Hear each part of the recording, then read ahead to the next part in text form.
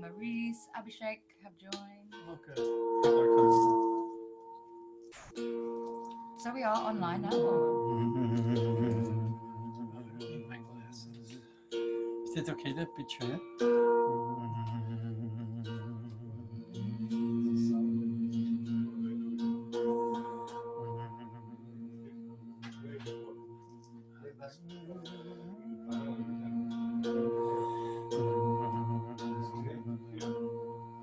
Is it comfortable even if you go into octave?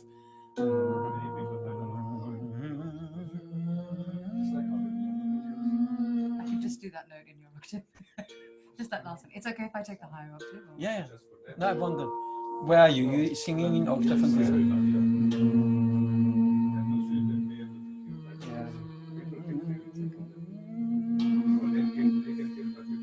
So then it would be better if you.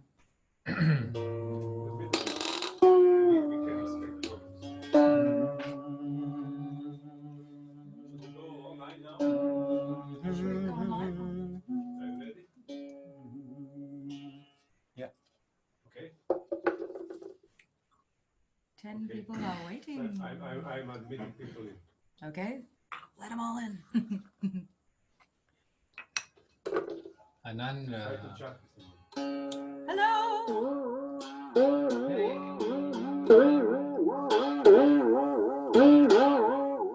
Martina.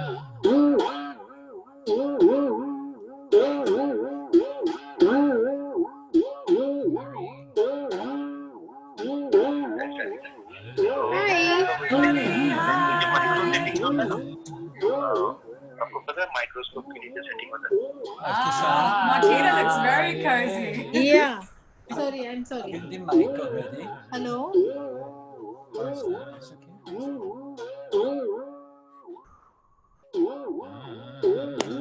How are you guys? Hi, how are you? I'm fine. Seeing you without mask. No mask. Hey, you see my egg tara. Yes. My egg tara. Great to see you all. How are you? Maurice. A long time I haven't seen her. Who else is here? Is there a way we can see sort of everybody's screen? Gallery. Gallery. Oh, lovely. Oh, lovely. There's lots more people. Nice.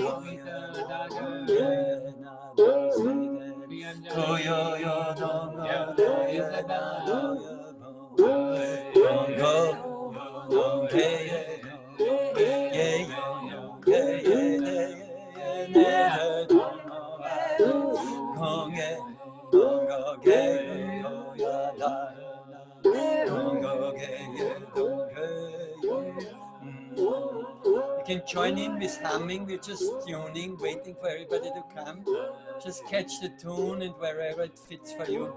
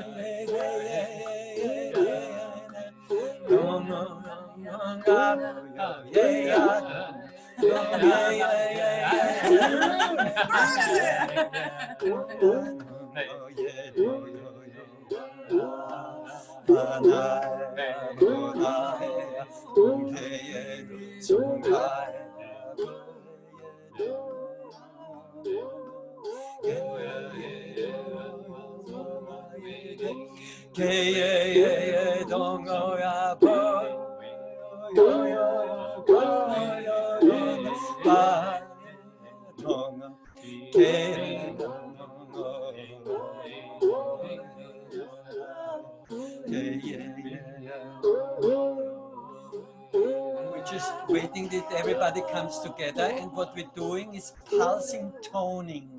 In toning, you sustain usually one tone, like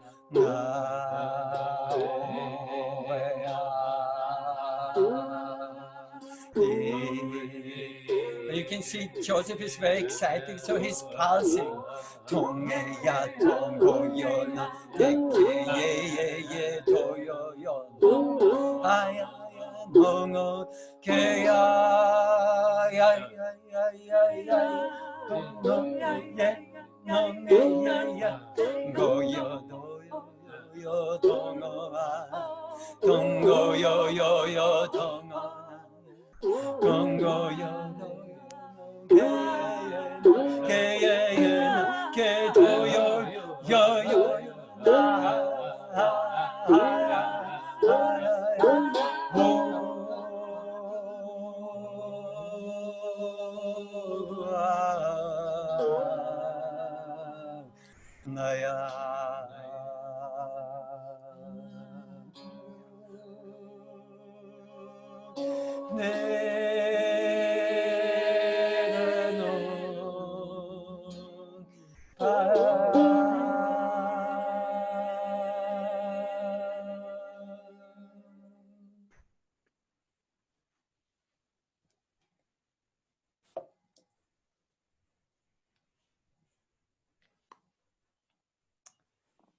Are we all audible? Are we together on the same space? Yes. Very good. We had been reflecting actually what we could really share, what would be essential for you, because we remember that many people said they're a bit tired, screen tired and all of that. There's so much going on of our interaction. And we thought, okay, if we want to share with you basically the essence of an encounter, the essence of a shared session, bringing sound towards somebody who is in need. And then we've prepared some of the principles of it. We thought we go in sections. We show you some parts of the treatment, the preparations. Then we have time for discussion and questions. And then we want to anchor and harvest the principles out of it. Yeah. So I think we go through 4 or 5 different sections of this gathering, and with hopefully that each one of you has the basic principles to be able to share sound where it's needed. Yeah. In a simple way, I said that simple. So if we are all there. You mentioned that I'm there on chat. Okay. Yeah. Barun says actually he's there on chat. If anybody has questions in between or even while the clip is going on, we will show you like a 6-minute clip, a 7-minute clip, and then we can all reflect about it if there's any questions coming in between, but we will also have time for conversation. Or if there are any issues with sound, if anybody can't hear, then pop it in the chat. Good. Yeah. We're actually meeting on a very special occasion today, which possibly we can do a little meditation for the closing. It's Gandhi Jayanti. It's the birthday of Mahatma Ji. And so it so happens, we didn't plan for it, but I think it's very beautiful because this whole idea of ahimsa is basically choosing to work with harmony, with the power of harmony, instead than with the power of conflict and aggression. So we can get back to a small contemplation on that one when we close off together. Okay, so the first part of opening a session, when I'm expecting somebody, I might have even had already a phone call, an appointment is arranged. I know we're going to enter this session as we do now together. And so the first thing is, am I ready? Am I ready, how to say, emotionally? Am I ready? Where is my energy? Is my energy balanced? And is the space ready? And Joseph, basically, he will share with us what his work is doing to come into that readiness. Yeah, when he sees so many clients often, you know, when you're in a regular practice, Joseph was in clinical practice. So what is the therapist, the healer, what is the condition that you can be in in a connected and radiant energy. So thanks. So the two big things that come for me for this is neutral, finding neutral, and then also trusting the process. So these are two of the most important things. We have to trust the process and put ourselves in this place of being present for whatever happens in the session. Okay, and really looking at it from a neutral perspective, which we'll talk more about, but I want to kind of take you into a little exercise with that first. Mm. So, and in the beginning to do these kind of things is great, and then eventually you'll kind of have it. It'll already be how you approach a session, but then every once in a while you'll want to check in with yourself and make sure, where is my neutral? But in a way, if we're always looking for neutral or always trying too hard to do it, that's not neutral in itself. So I hope that makes sense. But the way to experience that first is feeling our hands, because we just have so much energy in our hands. It really comes from the heart. The energy from the heart comes into the hands. Yeah, we can do this or play with energy to get it. But just even if we say bring our attention to our hands, you feel there's so much energy. And so now what I want you to do is send energy with your hands. So say you could imagine you were touching somebody, or even in a sound space, you're sending energy, okay, with your hands out into the field around you. You can send the energy behind you or out to the sides. Or even imagine sending it to somebody we can send it to each other, or you could send it to somebody else and really feel that getting received. Okay, good. So now feel yourself pulling energy. So pull energy from the field around you first, from your energy field. So you're pulling energy into your system, and just feel how that feels different than sending energy out. So you can take energy from the back of the room behind you, or from the sky, or from the earth. But it's definitely this feeling of energy coming in. Okay, and then one more time, just send. So we send energy out. And just notice, one may feel better or worse than the other. Like you may feel easier to send energy out or easier to take energy in. So just make a little note of that. Okay. And now what we can do is we can come into neutral. So you're not sending energy out or taking energy in. You're more in a receptive state. So these become your ears in a way. So your hands are like listening ears, and they're receiving, but they're not taking in. They're just almost like a microphone or diaphragm microphone or something like that. Okay, so this is very neutral. And so when we touch, if we're going to touch somebody, this is the place to touch from, a neutral where you're not sending energy in or taking energy.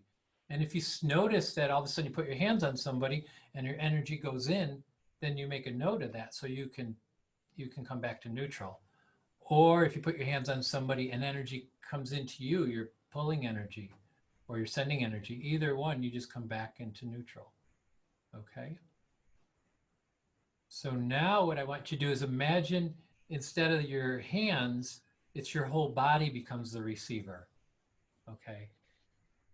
So now you're in a neutral, in that same neutral you were before with your hands. And now say you strike a singing bowl or any chord of a stringed instrument.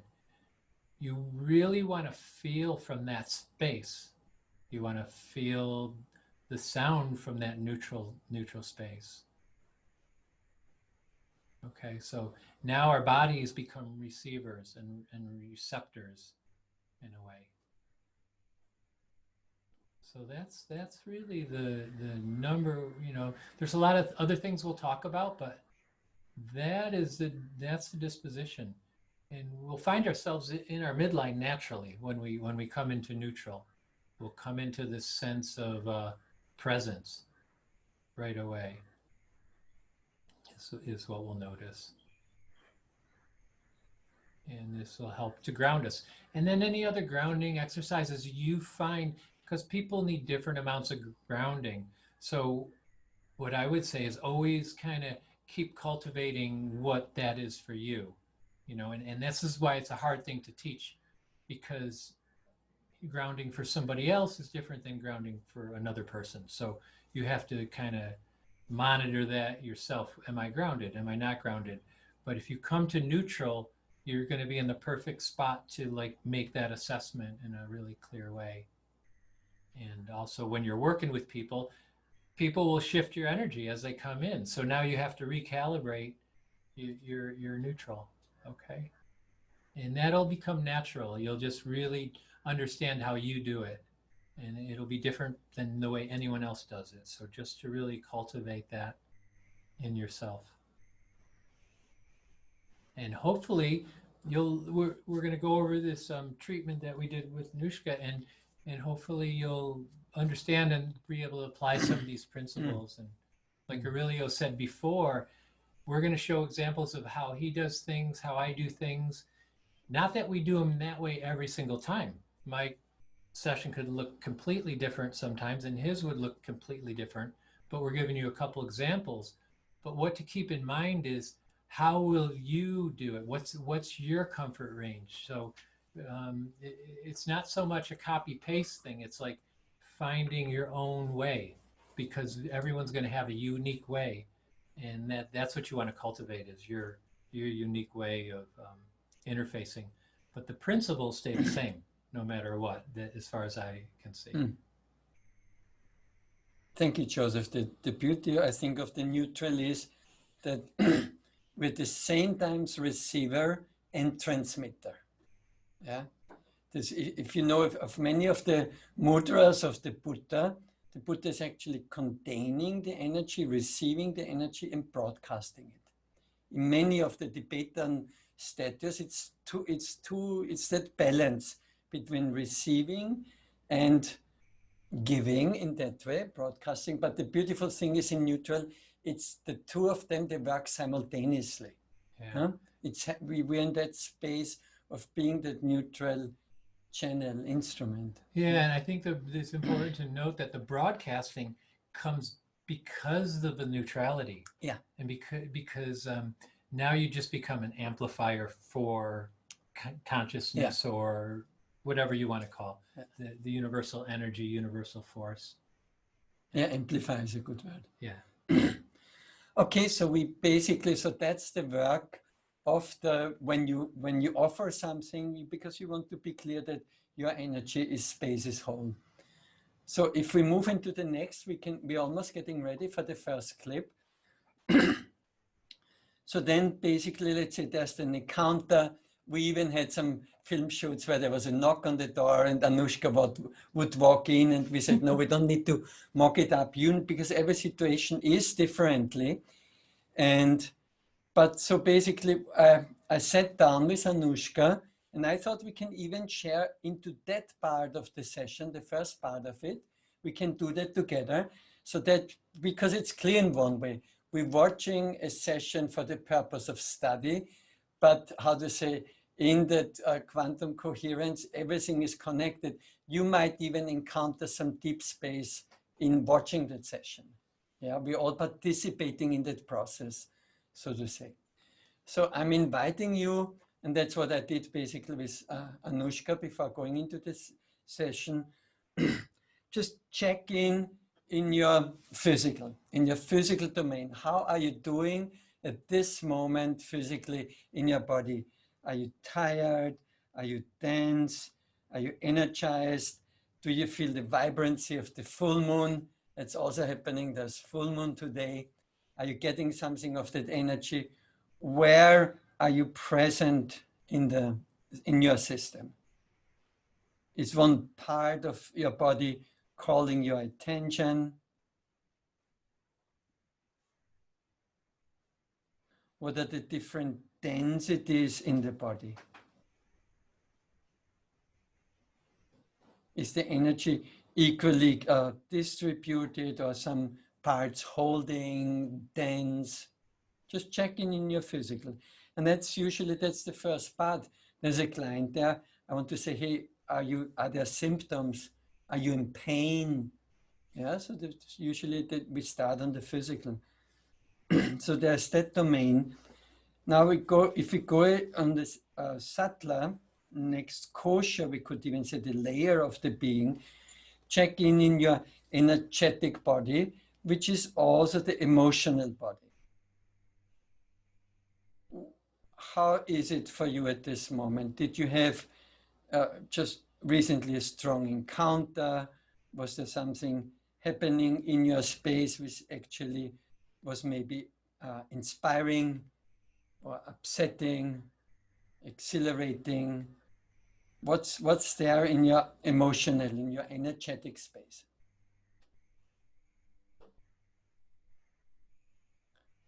And if we check in from the physical center, it's usually there is a physical center, it's more in the belly we are grounded. What's happening around your heart space? The heart, the solar plexus, or any emotions, even up into the throat. What's there in this mid-range, in your vital body? How are you doing at this moment emotionally?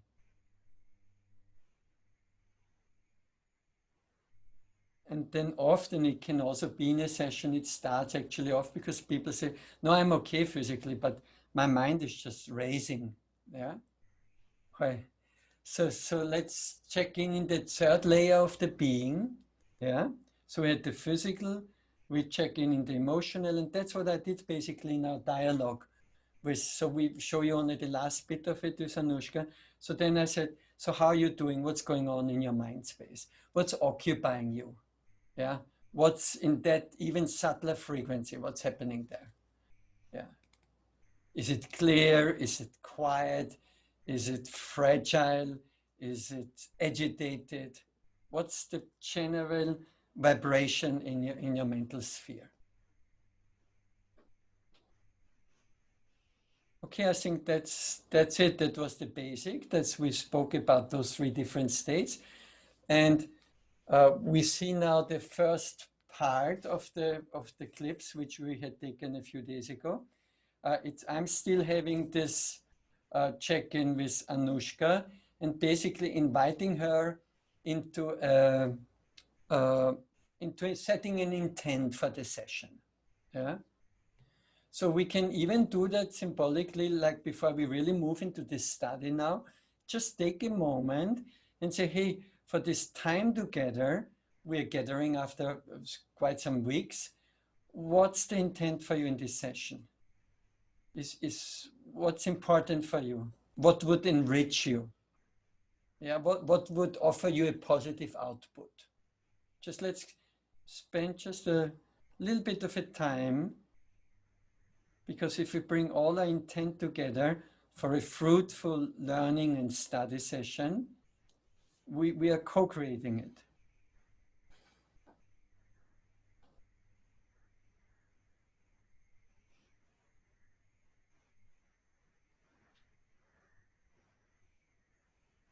Okay, so that's the process we also spent with Anushka. And now we're going to see setting that intent. And from Joseph is doing a check-in to see, I did it verbally, and Joseph is doing it through the body language, no? Yeah. Okay, I think we can move into the clips. Any question? Varun is on the chat. Keep on tracking. We really want to see if we can dive deeper. As you said in the first panel, it was about the preparations we did already. And don't worry, we can share, of course, the panels with you later on also. There will be a few of them. Yeah. Okay, so let's go into the first recording. And be open, observe from that neutral. Yeah.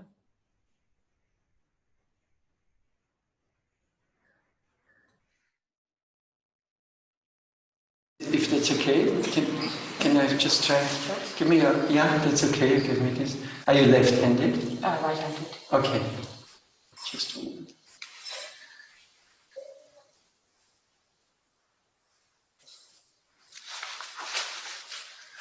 Push a bit. Let's push. Okay. Evan.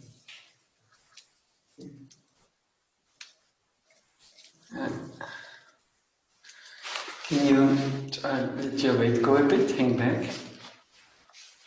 Yeah. Easy. Bit more weight. Lean.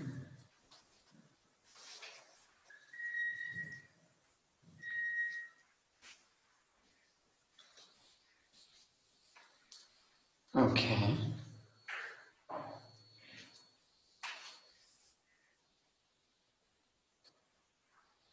Just come into your own space.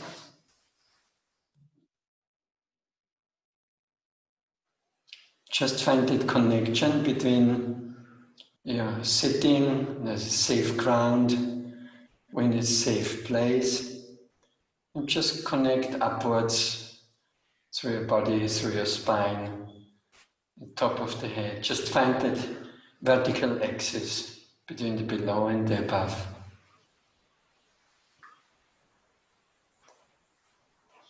Letting the breath flow in that vertical, breathing in, breathing out.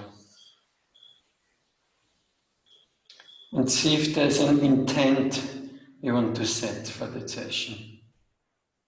Something you would like to take out, to bring with you, to touch. If we go on this sound journey, what's calling and how you're entering it.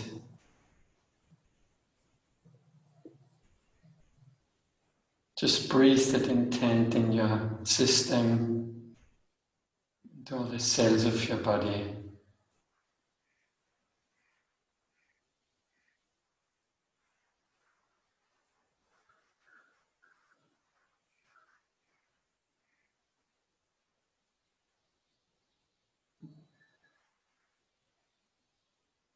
Okay, we're slowly ready to move directly into the sound space, which is a non-verbal space. Yeah, so we'll see. We have time afterwards to reflect. Okay. If you want, we just have the benefit of just really diving into it. But if there's anything actually which is, how to say, disturbing or not working or coming up and stuff like this, of course, we're together.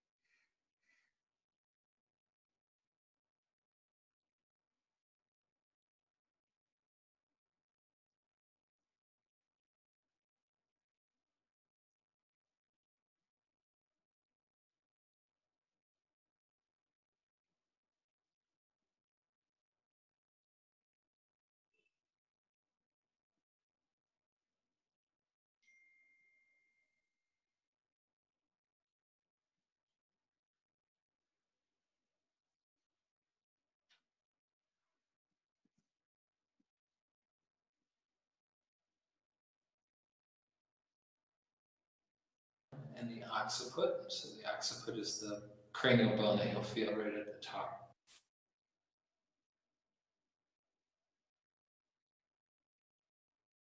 I'm just going to have you stand here facing this window here. And I put my hands on you. And what I'm going to do is start right up here at C1 and the occiput. So the occiput is the cranial bone that you'll feel right at the top of C1. And then C2, 3, and I'm just kind of palpating down one vertebrae at a time. And what we're doing is just contacting your spinal segment. So the spinal cord goes down the middle, and you have these nerve roots coming out from each segment. And we're just, in a way, just waking them up, seeing what's here. Okay, and you can do a slight evaluation. And then I'll have you roll forward by tucking your chin, putting space between the occiput. So you want 1 and 2, 2 and 3. So you're going to put it on one vertebrae at a time. Perfect. And I'm just going to follow you down. And just as a palpation thing, just feeling whatever you feel is perfect. And then come on back up.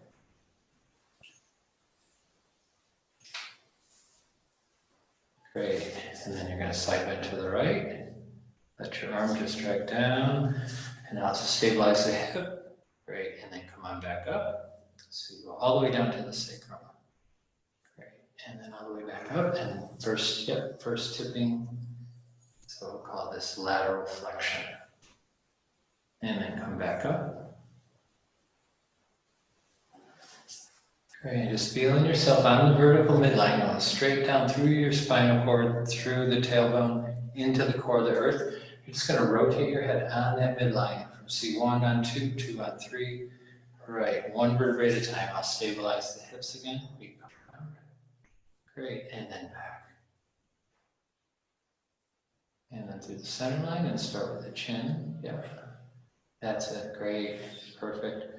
You're integrating each spinal segment. You're moving the cerebral spinal fluid down the spinal cord.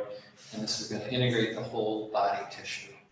So it's like the body tissue is a big field. And here's the cerebral spinal fluid is like the watering hose. And the nervous system, or the nerve roots carry all the it's like the irrigation system. Okay, so I'll have you just finish up with flexion extension. So we start and finish with flexion extension. So you roll forward, nice and smooth, free. You can always bend your knees to take any strain off your back from your hamstrings. That's it. Come back up. Perfect. And what I'm feeling is the vertebrae just rolling on each other very easily. So. Okay, That's as Joseph said, initially, basically, he said, every session looks different, every check-in, and basically the trust is that if we understand the principles, each one of you will do it in a different way. This is very clear, no? So what also it so happened, we're doing this work since more than 20, 30 years. Usually we are so used in the touching. Yeah, so we're using this isometrics and Joseph is checking. But of course, one beautiful thing in sound work is also that often people come into sound work who don't want to have the direct haptical touch. Mm-hmm. People are so traumatized that even they would not go for massages and things like this. So sound work offers actually also that neutral space. And so what is important there, so I don't know if you heard me, I said to Anushka actually, is that okay? Can we touch? Can we feel a little bit? Yeah. So there always has to be an agreement. As soon as there's touch involved, there has to be an agreement. Okay. So basically, in your experience, were the questions? What did you observe? What was unusual? What was interesting? Where do you have a doubt of it? We have time. We can discuss a few minutes.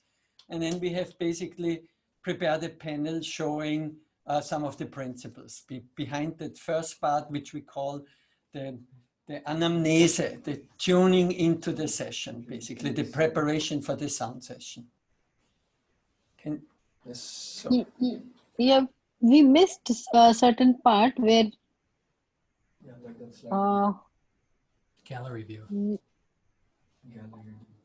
No, don't show the panel yet. Don't show it yet. Somebody wanted to say something. They missed. Yeah, we missed where you started with Anushka. Then the video went on. It was not on you and Anushka. It was on one of the participants. And now, after some time, straight away the video came on when he was doing the body process. So we don't know what happened in between. So basically, we showed you fragments only, kind of like we went through the thing. We didn't record the full session. We did, but we actually looked for the basic principles. So if I can repeat the first part, what we did with Anushka, what I did with her was the same check-in what we did. How is it going physically? What's happening on an emotional level? Where are you in your mental space? Yeah.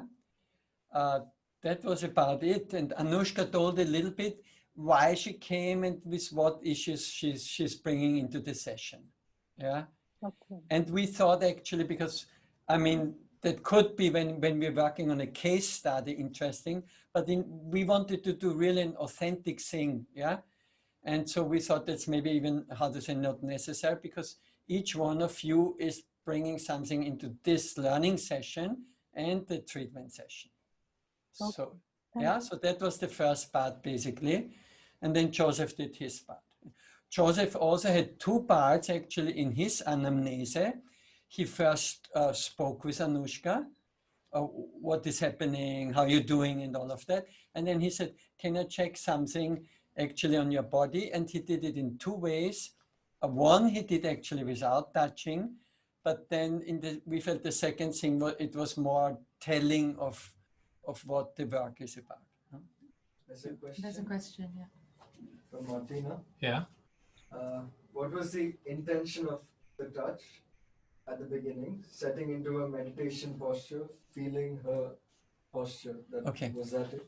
Yeah, actually we reflected while this was going on. You heard the question from Martina, yeah? Why did I touch? We discussed about it because, okay, for me, it's one of the most important telling diagnostic tools.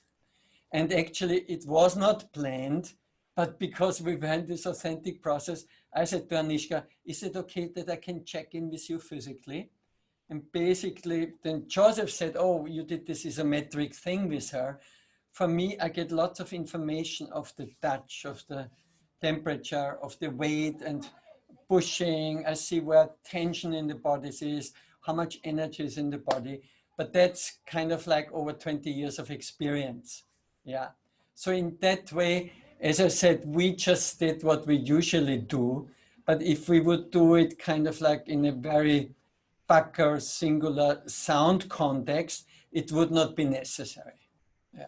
I think maybe not, I'm saying we fell into our patterns, but they're so used to it because I get so much information from it. And the process was a diagnosis, means I'm trying to understand what's meeting me, what's in the space, what is Anushka bringing into the space. Yeah. And we all have different ways.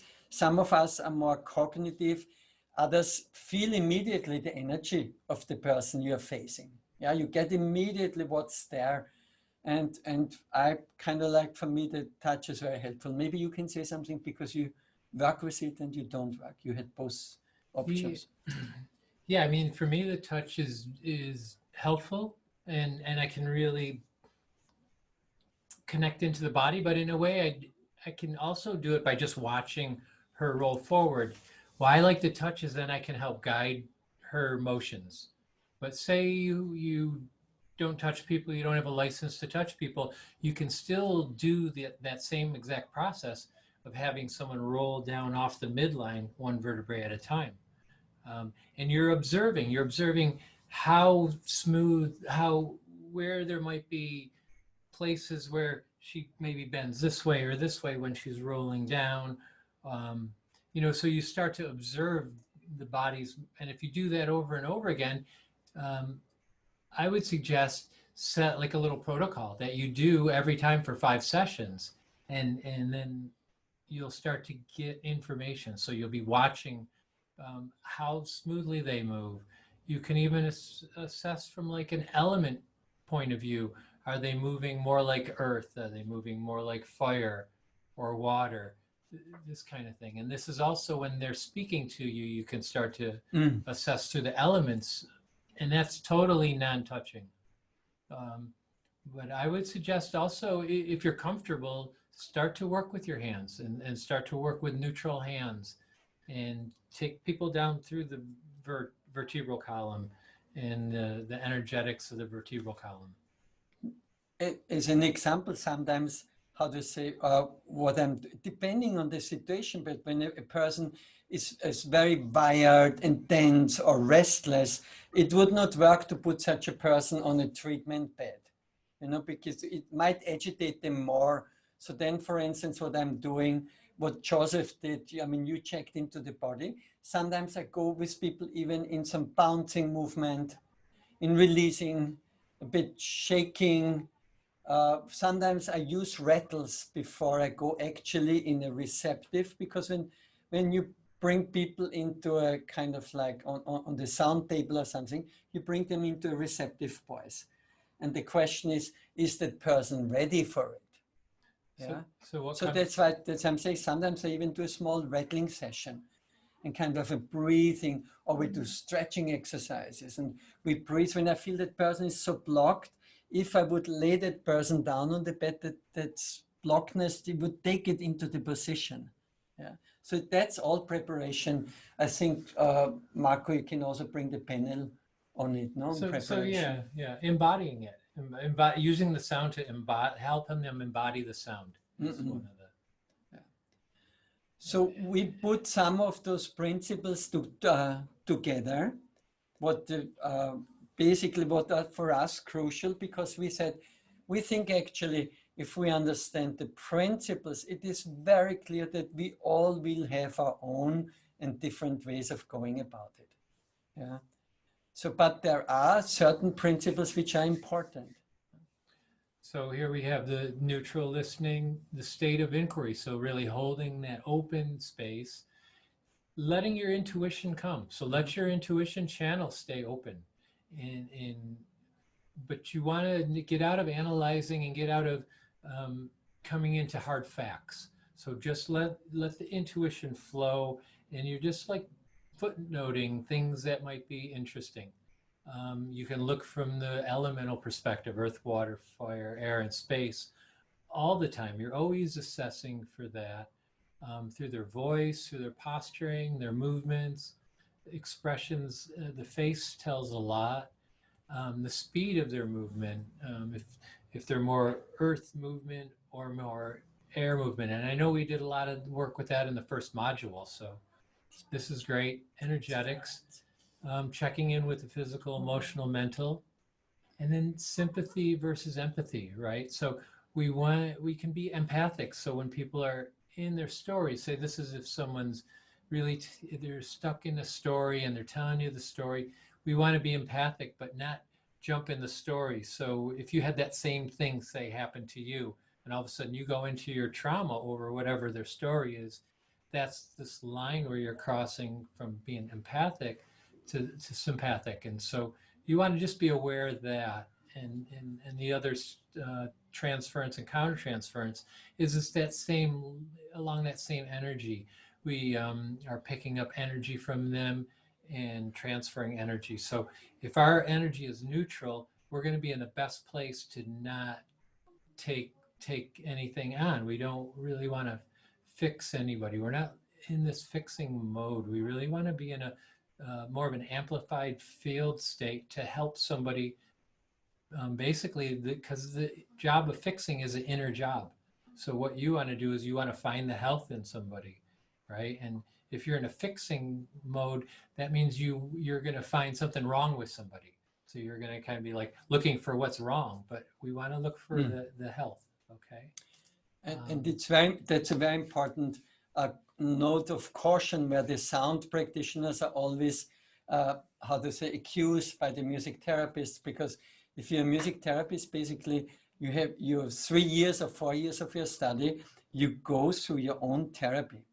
So you know exactly where you are. And that's why we said, with Joseph, the tuning of the person is very important, because if you do that, then actually, if you really come into that neutral position, there's nothing you take in too deep, you get involved, especially if it touches something which you have not worked through yourself. And that's what countertransference means, that you actually, somebody comes with a need or a difficulty, and you have this own difficulty unresolved, and you transfer it back and amplify it, basically. Yeah. So that's a very important principle in therapy. One has to be aware of that. So even if we want to come into this one space of perception, we still have to discern very clearly what is mine and what's not. Yeah, and if that does happen, which if you're in practice, it's inevitably going to happen.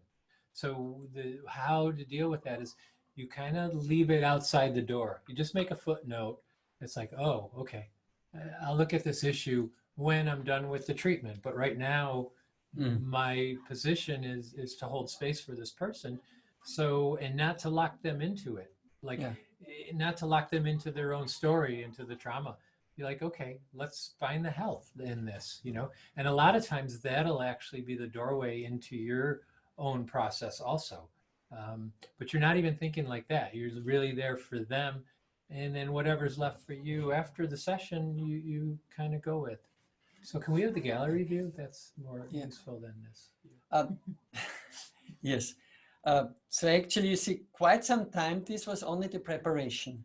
Yeah, it's I'm preparing myself, and then basically I'm meeting, I'm having this encounter, I'm opening into the dual space and see what's there from a oneness perspective, and then we go into treatment.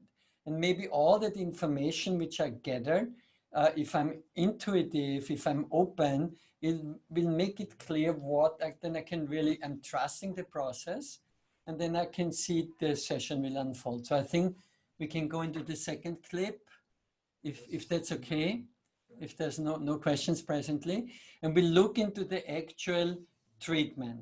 Yeah, we see, or treatment is not even a right word, I would say. As you said, we're not treating. Session, we call it a session. Yeah, maybe I'm offering you a treat. And if you have any questions, just chat them to Varun also while while you're watching something is coming up, you can write some questions in the chat. Okay, Marco, we are ready for the second clip. And we're entering together, we're entering into that space. Be receptive, be observant.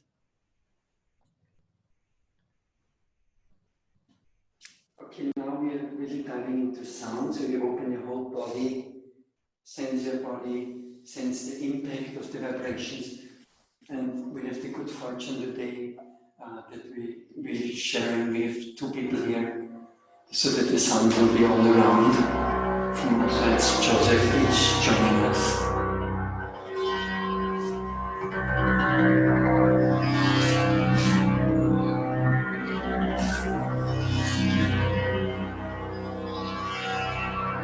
It's all coming in ranges, connected to the emotions, all the way down into your feet.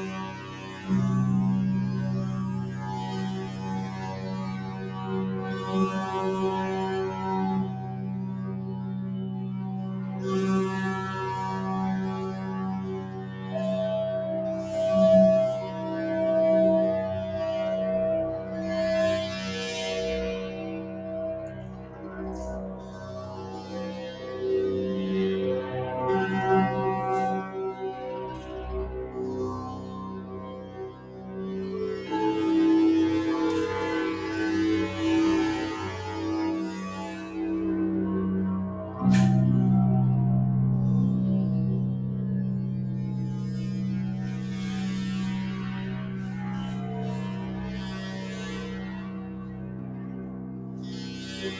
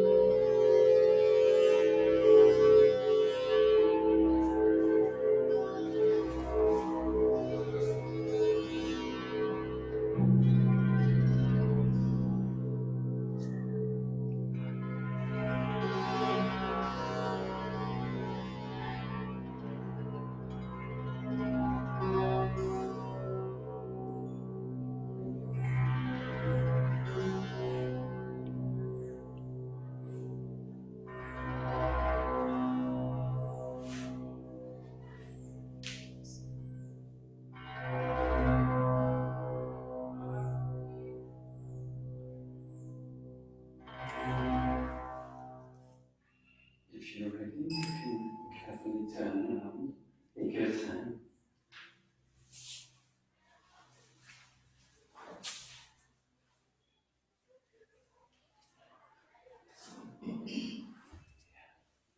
You're doing okay?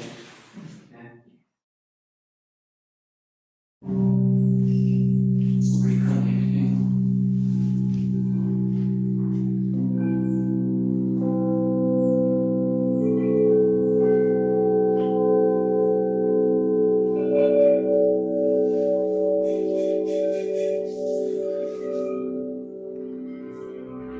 I can really look outwards. Space, open space.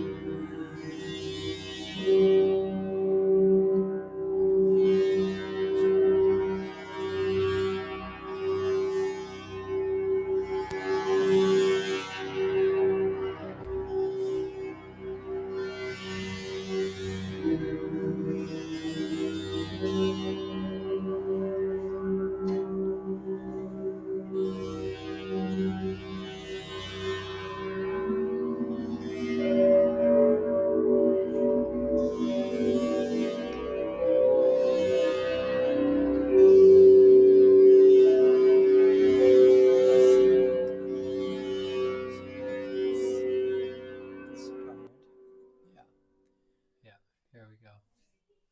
So we wanted, basically we showed two stages, the first stage and the second stage. Again, we have something prepared on the principles, but we wanted to hear from you what were your observation? What happened in you while being with it? Did you observe something specific or which was questionable or which created an insight for you? And you can unmute yourself and then talk if you have a comment. Not yet. Comments or questions? Observations? Okay. So, Angela. Okay, question? I noticed, can you hear me? Yes. Thank Okay. you. So I noticed Joseph was moving the feet, and I'd never seen that in he was moving Anushka's feet. So I was wondering what was that about, and I mean, it looked really good. I mean, it looked like it was helping her, but I wanted to know a little more about the feet. Okay. Let's have Anushka talk about, well, how did that feel for you? Like, what was that for you? It was great. It was a really nice stretch, and also it was taking the pressure off of me, if that makes sense. Like, if I can translate that, if there was any heaviness in the body, it was suddenly being lifted, and so it was like there was a lightness to it. But I know what you mean, because approaching sound work, I wouldn't have understood why body work, how they go together, but actually it works hand in hand. Yeah, It really complements it. It really complements the sound. And so for me, when I'm doing the stretch, I'm really thinking about making space in the vertebral column in the nervous system, because I know if I make space in there, all the nerves go out to the rest of the field. So when we have sounds coming in, these sounds are actually coming up against restrictions, feeding back into the nervous system. So for me, it's very integrative. It helps her body to integrate and to ground all this information, because the sound work is a lot of information for the nervous system. And when I was turning the leg about like this, I was basically rotating the spine. So when I pulled on it, I'm tractioning, right, the spine. And when I'm turning the leg, I'm basically turning a rotation component in the spine. And when I turn the other leg, it's, the other rotation. like releasing this, like a Yeah. Yeah. Yeah, so it's nice to do the rotation component and then at the end do another traction. So usually one in the beginning, rotation, and then one at the end. Thank you. You're welcome. My question is to Joseph. Can I ask? Yeah, of course. Yeah, hi Joseph. Hi. My question is, do you do this body work through your intuition, or it is something it's a process that you have learned over the years and then you're using it with the sound? So Yes. I want Your to know second. that. The second part of your question, it was taught to me, and then the skill was cultivated, over years. Yeah. So I didn't make any of it up. Although sometimes I will make up things now. But yeah, it was taught. and you know why we also wanted to have it in the sessions, because that would have been for us coming together in October one of the main part. Getting into that space, learning, becoming comfortable with touch, seeing what it takes, and work and practice different modalities of it. So, of course, as I said before, I mean, Joseph trained in 30 years in somatic bodyworks. So we see basically somebody who has it so deeply ingrained. Yeah. And you can do the stretch, like that's why I really stuck with super. This is the easy to learn, just the stretches, just tractioning up the spine with the intention to integrate the nervous system. That's really, I mean, let's keep it super simple, and then you can get as complex as you want with different classes and learning and stuff. But just those simple rotations with the leg, but even skip that if that seems too much. Just really tractioning up the spine, squeezing the feet, doing the work like Aurelio did with the, push hands kind of thing. You guys can all do that right away. You can start to apply that. Okay. We're going to go. Give time for the questions. So there's a bit of an inquiry about setting the drone and creating the grounding for the listener. That's one. Good. And also speaking about the intuitive nature of playing, which is what the second part of that. Great. And Isabella mentions that the second part brought her into a presence, if there is Okay. any reflection on that. So let's just reflect, and then I think we can also bring up the panel, just to let you know, in the first part, basically, we were establishing the vertical. Yeah, we were working with grounding, with a deep gong on one side.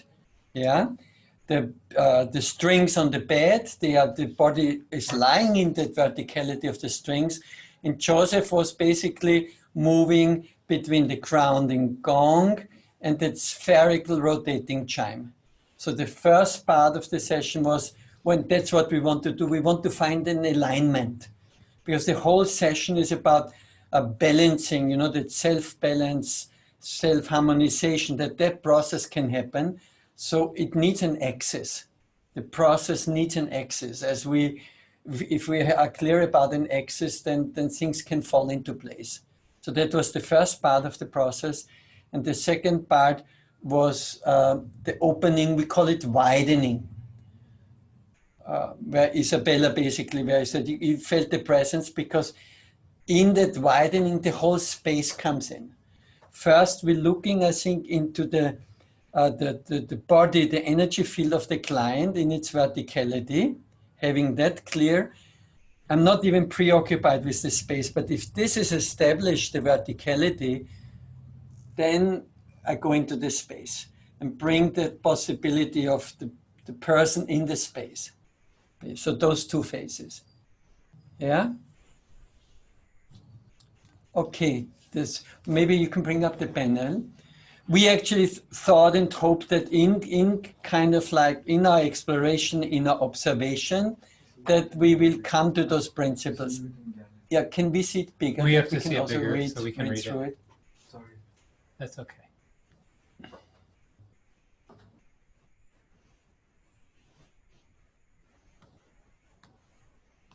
Okay.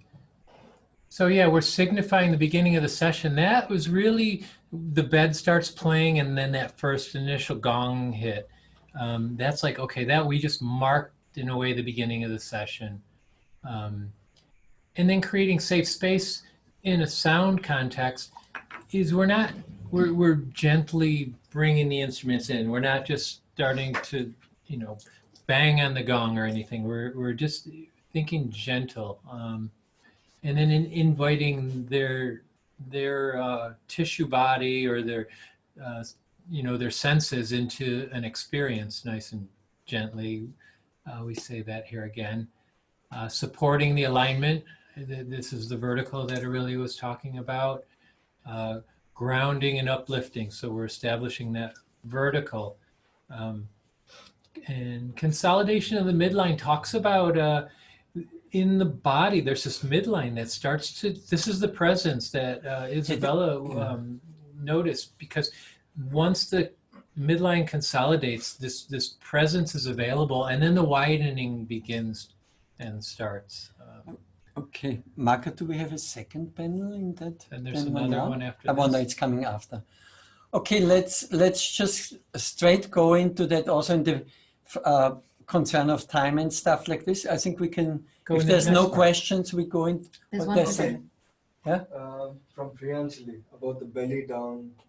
Yes, very important also. Actually, that's why I wanted to bring it in, because especially when clients feel vulnerable, yeah, or when the vulnerability is there, you're much safer to show your back than to open fully with your front. No, so that's why, especially with children, they prefer lying on the belly first. It's a safe space, and often I do it also with people when, and that was a bit of a theme we were working, if I may tell, it was, how to say, too much activity in the mind. It's a very beautiful grounding to lie on the belly. I even give a small introduction, says, feel that earth energy, open. It's almost this image of lying on the belly of the Mother Earth. Yeah, really a grounding movement. Of course, the turning interrupts, but then even I have one part of it. It's a safe space. It's what you said in this, having that safe space. Okay, I think we can move, yeah? Let's directly jump into the next stage of the session and see how we're proceeding.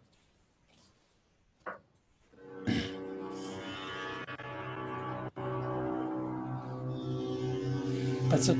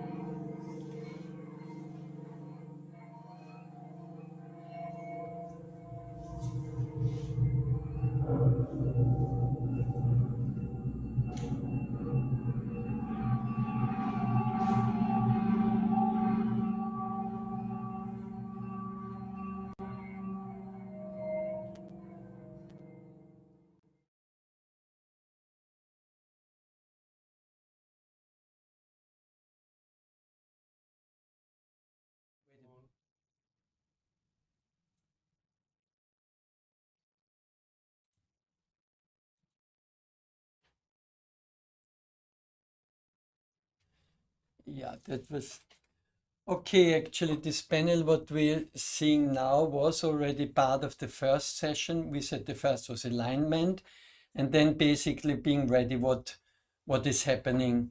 And as you could see in this part, actually, we shifted the intensity. We were also going with the class instrument. Something came up for me, which I thought, oh, that's a good moment of going to the stone. And I don't know if you perceived it. The stone is also, how to say, disharmonious. There are dissonances, a different space altogether. So what we see here on the panel is basically we're matching what is there, what we perceive. The sound gives us an opportunity to come in sync with the inner happening in the space. And we put up here because when we trust the allowance and the emergence of whatever is in the space, then we also have to be ready to be able to deal and have the skills with whatever is coming up. So that's why we brought it's a very important element that needs, of course, it needs practice, it needs learning. Even some of our trainees here, when we work with different people from different nations, we had over the last years all these people from China, and they're all going into this cathartic movement. Yeah. So we really had to make separate learning sessions of how to deal with it. If somebody starts shaking, hyperventilating, and all of that, no? So we have basically 3 guiding principles there. The first one is being with it, allowing it, being present with what happens, see how we can come into a supportive space of it. But then also we want to ground it. We don't want to emphasize it, and we don't want to step into the drama of it. Yeah, my teacher always was very strict. He said, "No drama here, no drama in the therapy space. We know it's hard and it's difficult, but not necessary." Yeah.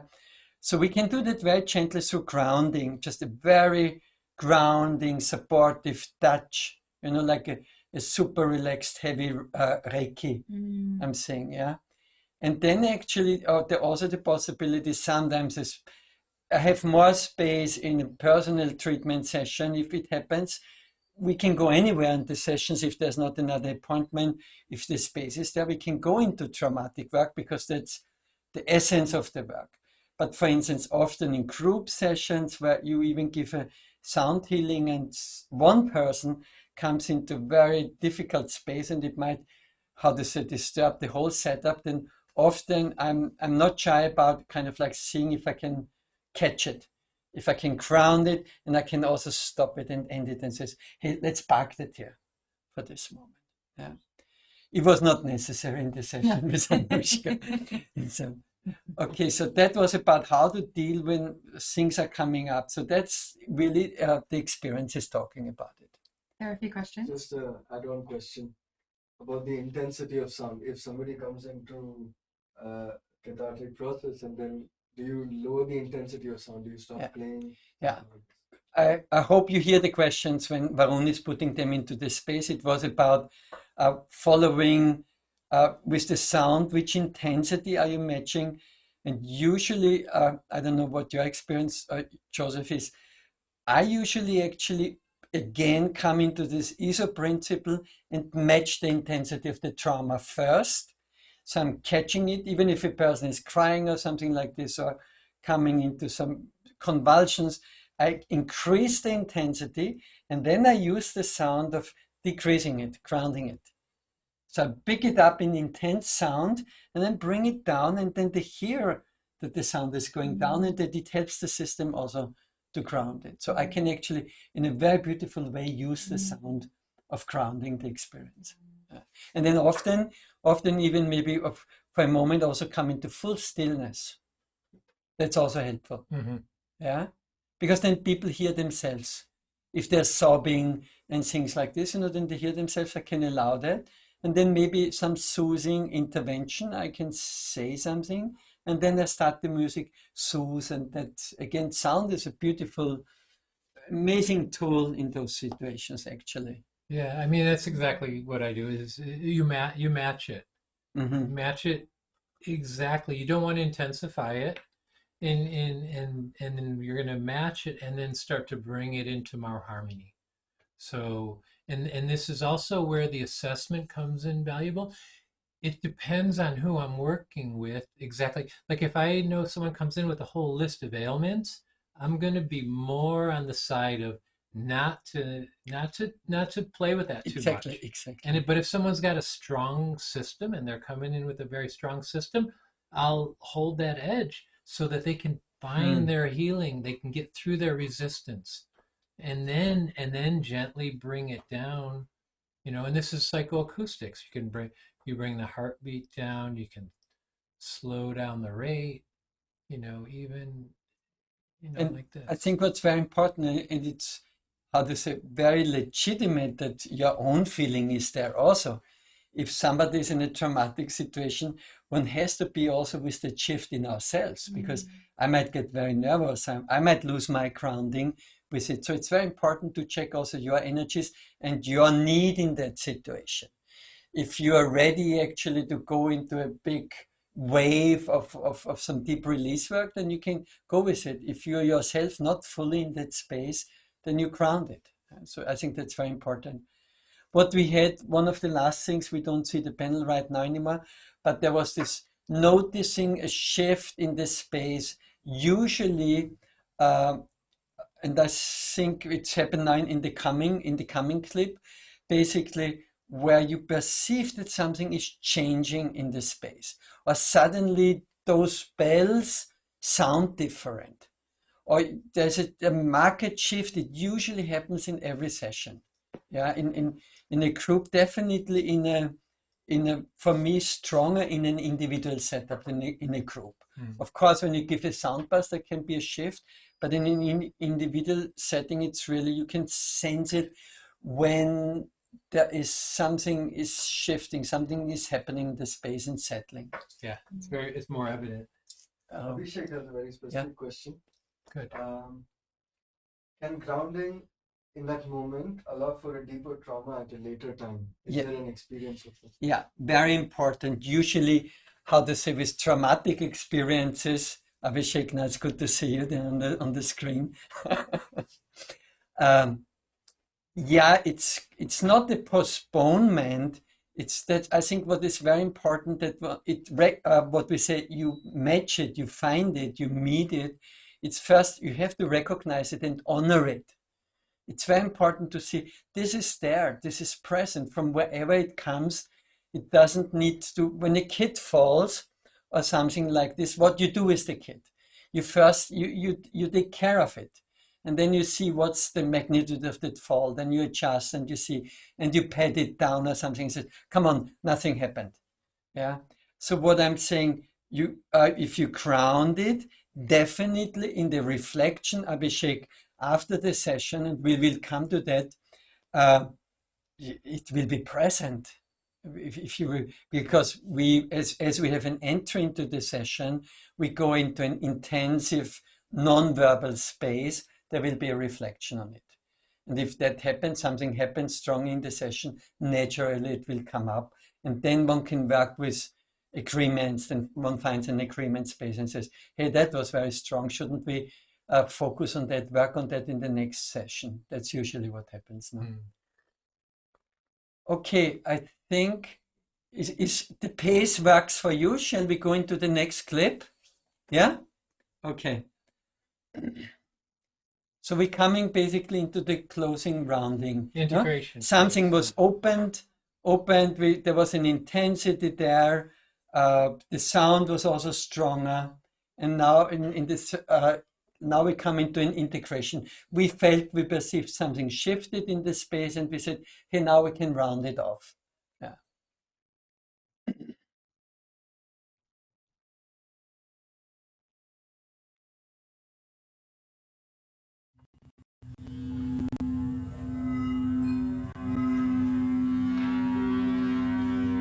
Mic is off, no?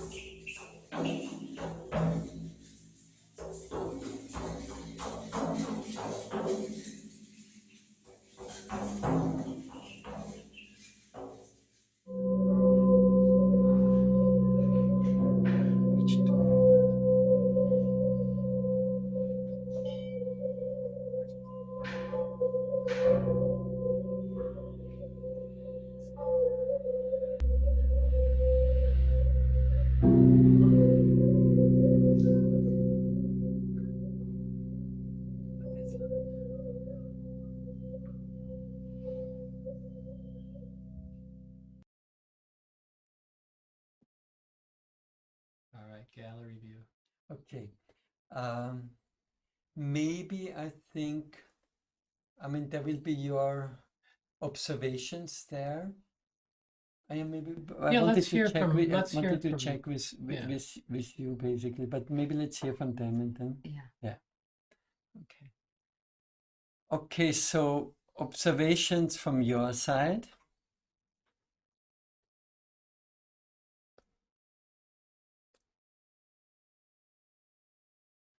So yeah, you just unmute yourself if you want to talk. That's all. So Aurelio, all these instruments we are using, which are you used, they were basically through your intuition only. It was not that we have to use this instrument and then that. It was all intuitive work you were doing, right? Uh, let's say, as we said, for us there is a beginning there. There is somehow a protocol there, and that's how usually you learn it. You learn it through a protocol. You know, this is the beginning. This instrument has this function. With this instruments, I create this effect. Yeah, so we know basically how the different instruments work and when they come in a good moment. How it's, but let's say at the beginning, maybe in the learning process, there is even a procedure. You do this and then you can do this and you can do this. What you saw me in the end with the, for instance, with the pulse tube, I usually close every session with the pulse tube because it's an interesting space for me. The pulse tube is somehow connecting to the inner space, but it's also alerting something of the surroundings again. It kind of opens the sound spaces. Whoop, whoop, whoop, whoop, whoop, whoop. It kind of is a little bit, it's like a soft padding for me. So the pulse tube, they pad the system a bit. And the interesting thing is I close almost all my sessions with the tuning forks, Yeah. the psychoacoustic ones Yeah. where you tap and I do a very similar process. I didn't know you closed. That's nice. So it's basically, how to say, that was the specific use of the pulse tubes, no? And, but for instance, the class instruments which Joseph picked up, which is from our friends in California, there was just an intuition. Yeah, I think it was there in the space. And I think one important part, maybe we can even look into it into our next gathering, is the setup of the space, the instrumentarium. What we would like to offer you actually, do the whole process, a session like this, but with a travel kit, which everybody could carry because the sonorium was developed, you can say it's last 20 years of research. But and that takes a whole setup and people take part of the instruments. But what we thought in that process while we were doing, we said, wouldn't that be fun actually to give you an opportunity to do a full session in that context with instruments which you can carry in a backpack, basically. Yeah. So I think, every instrument, I see instruments actually as an extension of the self. And we have those instruments to which we are attracted to. We don't need all those instruments. I think the more we get to know our instruments, my dream, what I'm always say, my next incarnation is vocal healing, just with the voice. I don't need to carry. Vasundhara Das is laughing because how many instruments they were cutting through India over the last 20 years, tons of instruments, no?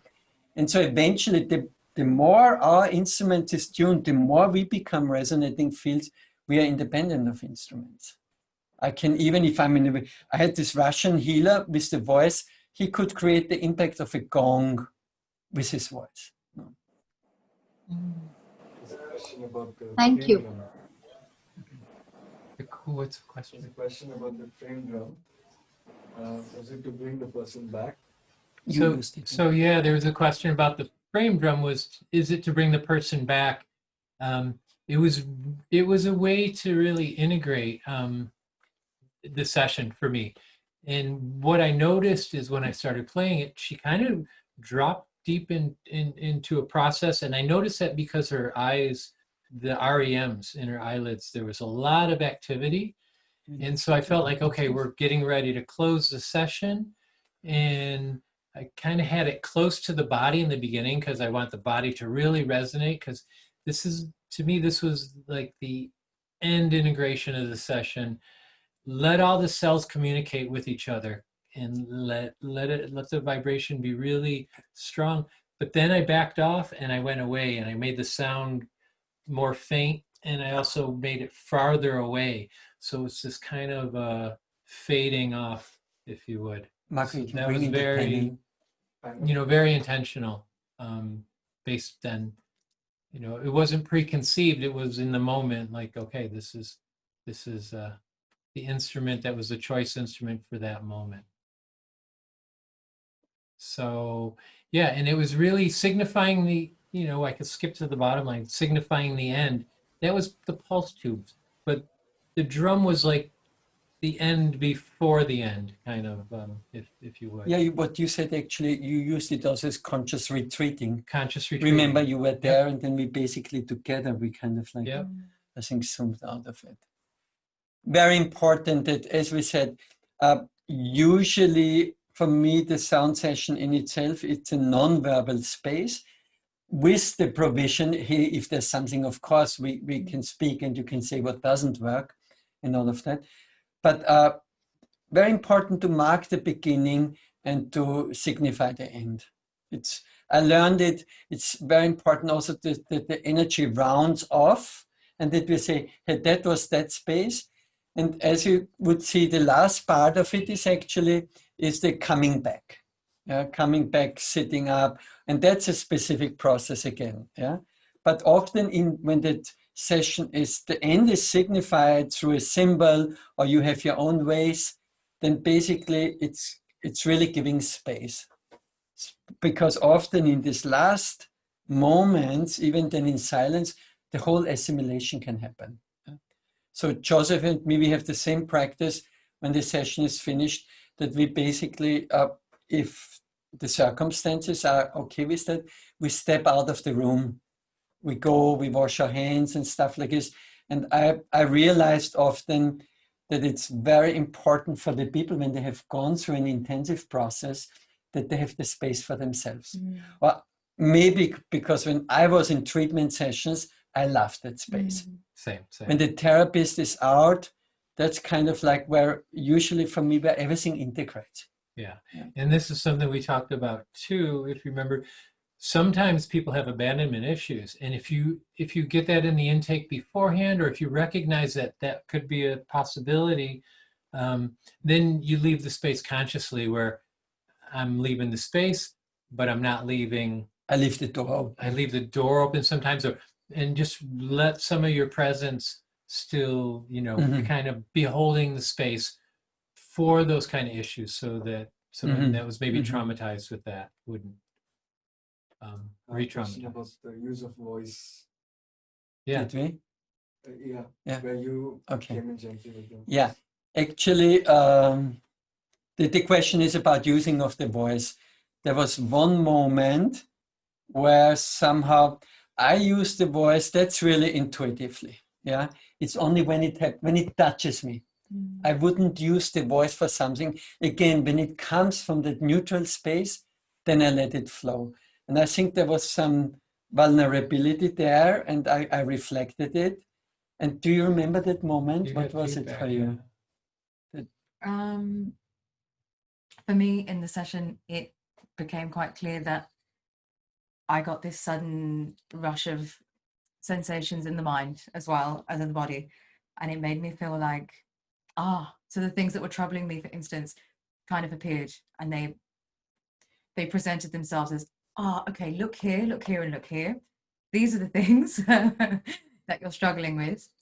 And then a kind of release of that, going, okay, I see it now. And I think I was very vulnerable in that moment. Yeah. And I started to become a bit emotional. Yeah. And I think you saw maybe in my eyes. It came with the voice. I basically saw some tears, but I think I got that moment of release and that vulnerability. That's when my voice came in, and then they basically gave that opportunity to release, and then there was a tear. And when you did use the voice, it was really comforting, actually. Yeah, that And it was the felt, idea.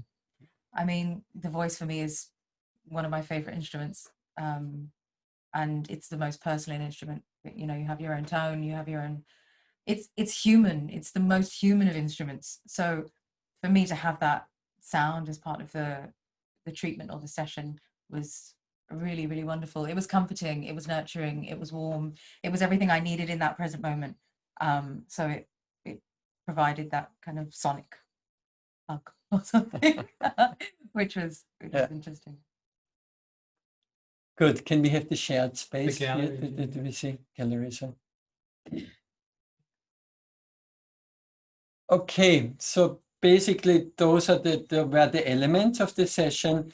We have how to say, there's this last process of bringing Anushka out, helping her to sit up, do a bit of stretching and debriefing. But we thought actually, because of the time, we already 1.5 hours together, for us it would have been very beautiful, as it's almost a mirroring of the entry session. Yeah, we get to know the energy, we tune it, we set an intent, we go into the process, and we come out of it and again ground it and also make it clear. Yeah. So we thought maybe we can spare that, if how to say it is just a mirroring of the beginning, because we would have loved to hear a little bit from your side. What that process, how to say, for you, that observation of anyway, just where you're at that moment, what's going on for you, just to hear, because we're really missing also of having had that prospect that we would share this time together in October and go into those deeper, inner, vulnerable, deep practicing, sensitive practicing spaces. So it would nice, I think, if for you, if you want to share a little bit of where you at of this session, how it worked for you, because there's some ideas how we can actually continue, and we could have a little bit of feedback, what works for you, what's the interest.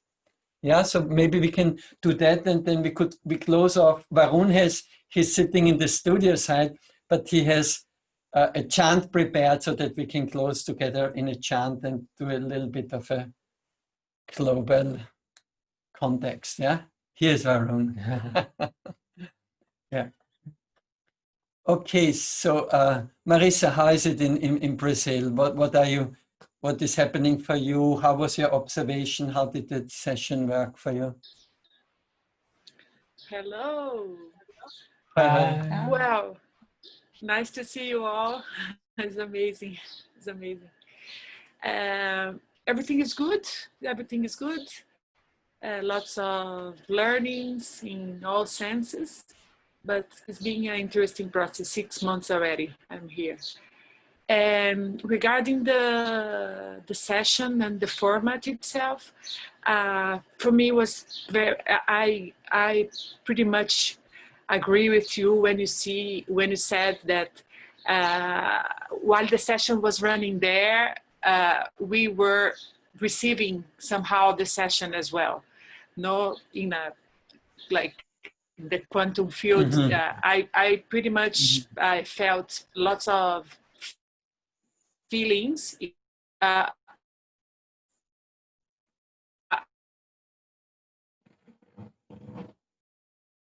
internet is it, no? But what was can you hear me now? Yes. Yeah, you're back again. Yeah. Yeah. Yeah. I had this like two feelings. One was really receiving the vibrations and receiving the session myself, but on the other hand, the mind was aware, trying to like do a kind of reading about what was happening, no? And of course, in a real situation for us, is not, most of us, we don't have this beautiful setup, and then it's, I think we must understand how to really work with the elements we have with us, no? And this, I think, the voice is very important as well, because it's something that you can have anywhere, and the instrumentation and the setup, it will be really different, not from one person to another. But it was a beautiful experience. Thank you. Who is there? Dagan? Dagan.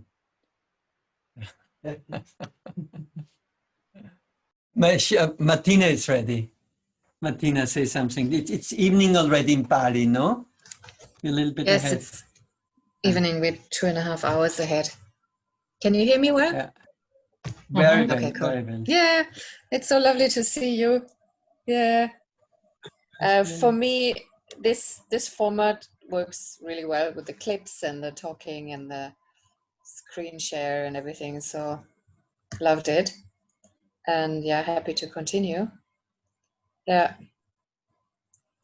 Yeah. Meanwhile, last month I actually joined another training with Sherwin 1 week. So yeah. Say greetings to him. And from Joseph also, yeah, big love to Sherwin. And it was really nice to be in that space again, and was very complimentary of what you guys do. You set the kind of the philosophical framework, and the understanding about sound and how it works and everything is completely aligned. So I was happy to have 1 week in between our training to like touch all the instruments again, to be in that space, to learn more and see what works. And yeah. So I'm always happy to learn more. Yeah.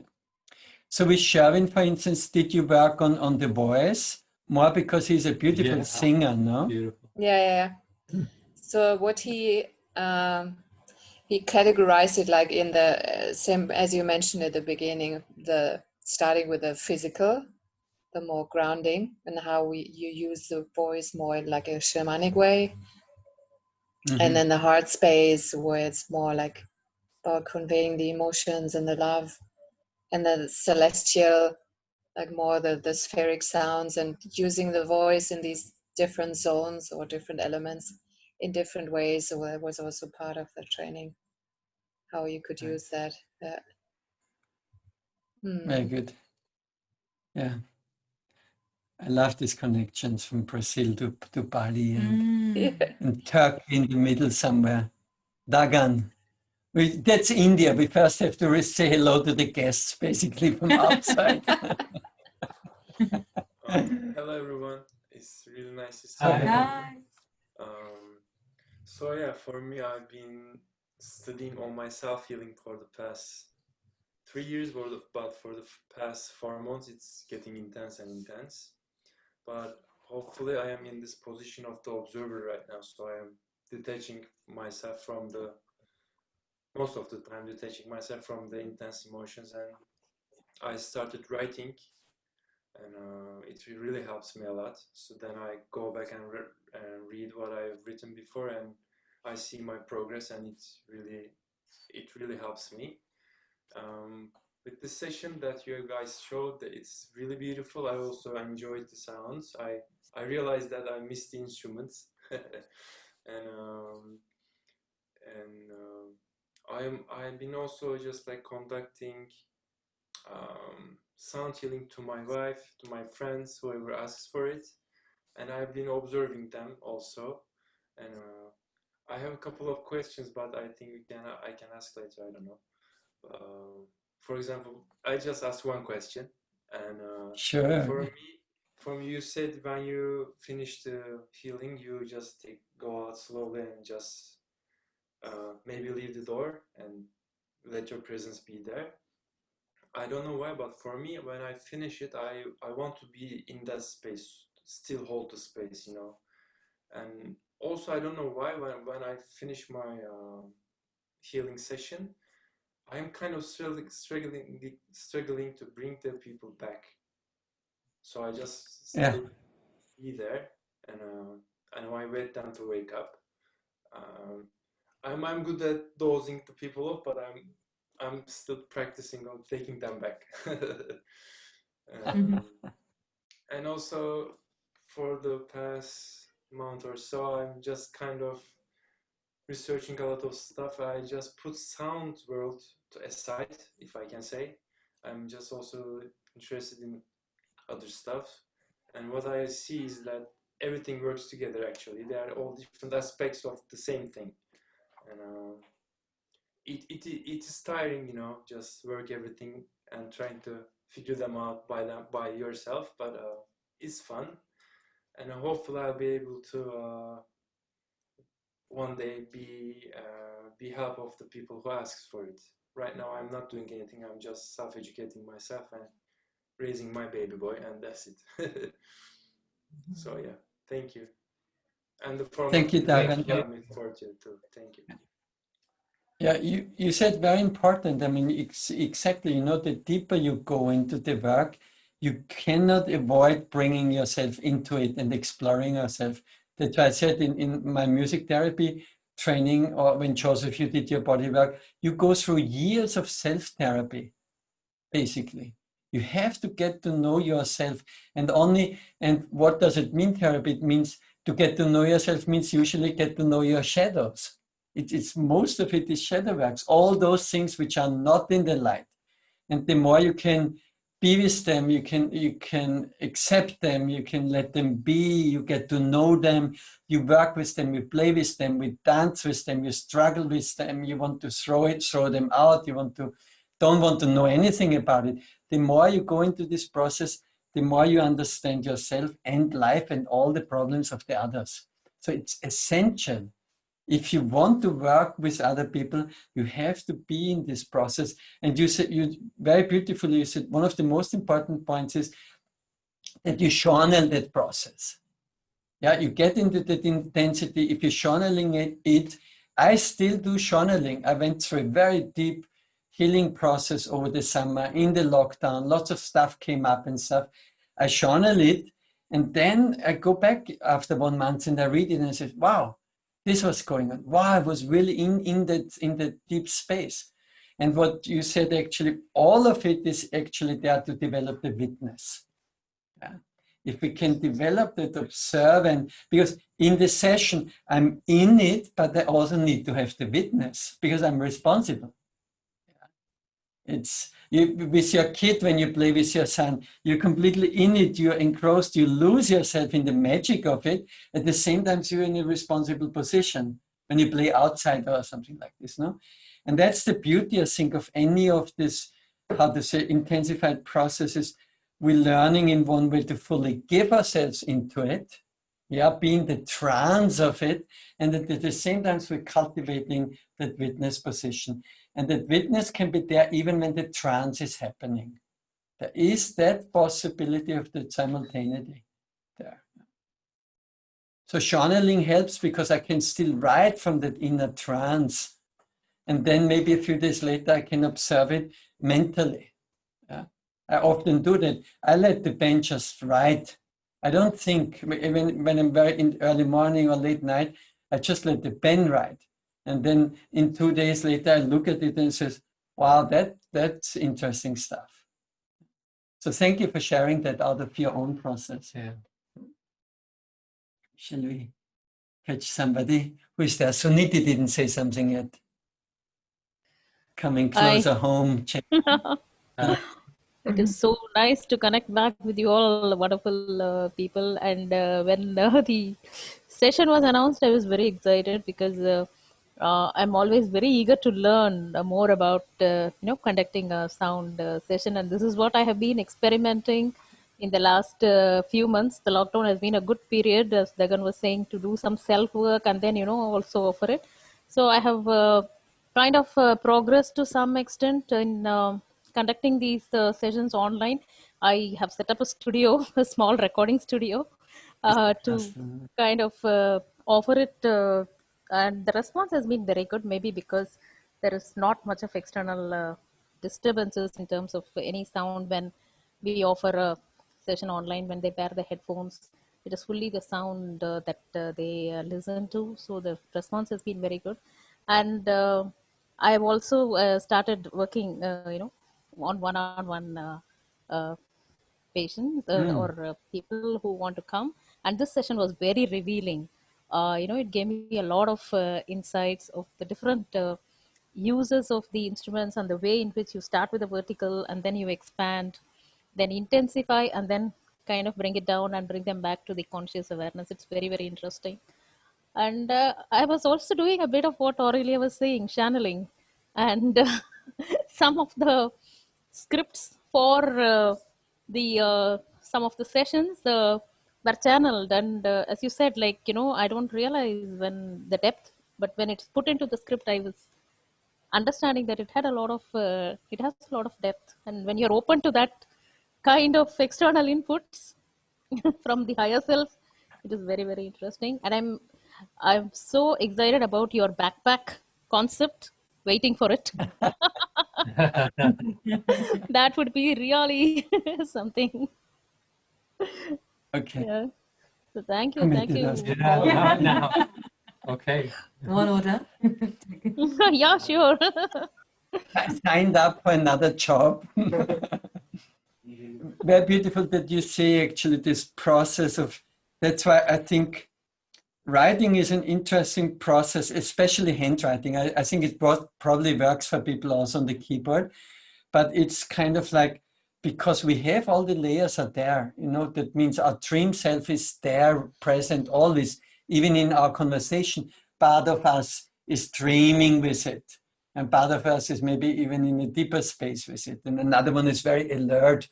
That's the brain waves, basically. We know that the brain waves, it's not like we're only in beta and then we're in alpha. It's all the time, all of them with predominances. And they're basically, it's like a play of waves. Constantly they're changing. And we might be now listening predominantly beta, but there could be all the others are coming in like this. And through writing and letting it go, for instance, or playing instruments, I mean, the biggest gift is musical practice. Yeah, because you can completely let yourself go, and then at the same time you're completely there and alert. Yeah. Anjali? Anjali. In a mysterious space, Anjali, no? It's become dark because it's evening, so I didn't switch on the light yet. Okay, yeah. Okay. So I've been sick for the past 2 weeks actually. I did contract the virus, by the way, and I'm recovering now. Like the antibodies have started. Yay. Yeah, so I'm a little tired, but the minute I came into the space, I felt really grateful, of course, and also suddenly I was aware of like what Aurelio was saying, the shadows of inside of the self that was very quickly and easily revealed to me through the interactions with all of you, because having so many different energies, you're able to recalibrate your energy to better suit the environment. So I Beautiful. enjoyed that process. And I was really touched by the fact of mixing the handwork and body work with sound is something I want to explore in the future. And yeah, that's it. Thank you so much. Thank you. Beautiful. Keep us updated too, how you're doing. Yeah. Yes. Please. And no, I think very important actually that you shared it. I mean, what the crisis on the planet, no? And I think it's almost a blessing that you're there and you said, hey, that virus was there and you had it and you had to face it and you worked with it. I think it's a blessing for us to be in that presence of it, and that you share it, and that we have the power. How to say, there's something so much stronger. There's a shift happening in nature. Nature is adjusting, the environment is adjusting. We are kind of like in this recalibration process with it. And I feel really blessed for your presence, that you're there and that you kind of like mastered it also. You're mastering it for all of us. It gives this encouragement. Thank you. Vasantara. Hi, so good to see all of you.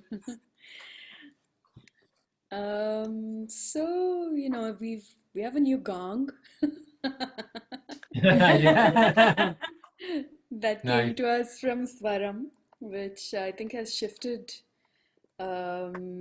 certain energies instantly, which to Wow. me is, I can see it. So my husband currently is going through probably one of the tougher times in his life. His mom is kind of drawing nearer to the end of her life. And so it's a really challenging time for him. And so he kept having this need for, he somehow he knew he needed a gong. He wanted a gong. And so we got in touch with Aurelio and Swaram, and somehow, it arrived Yeah. at the most opportune time. And I can see how something like that can shift energy, and it's incredible how evident it can be to the people around the person that needs that energy shift. So that has been an incredible thing to be witness to. And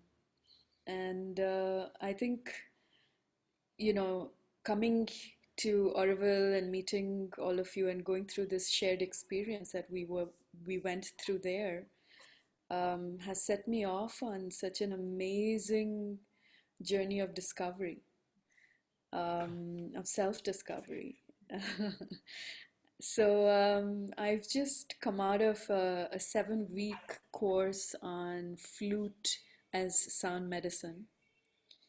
And in fact, again, this journey ties me back to Swaram again. So I had these beautiful flutes that I was sent from Swaram. So I've been playing away every morning, greeting the day, and just letting my whatever's inside come out through the flute has been a really powerful experience.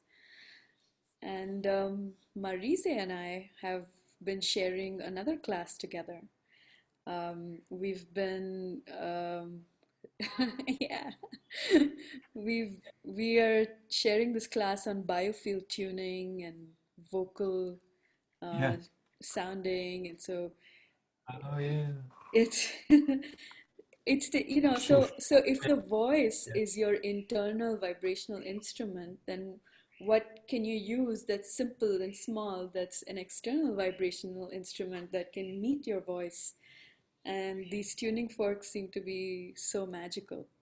So the two of us are in a class with Eileen McCusick on biofield tuning and vocal or voice, sounding the voice.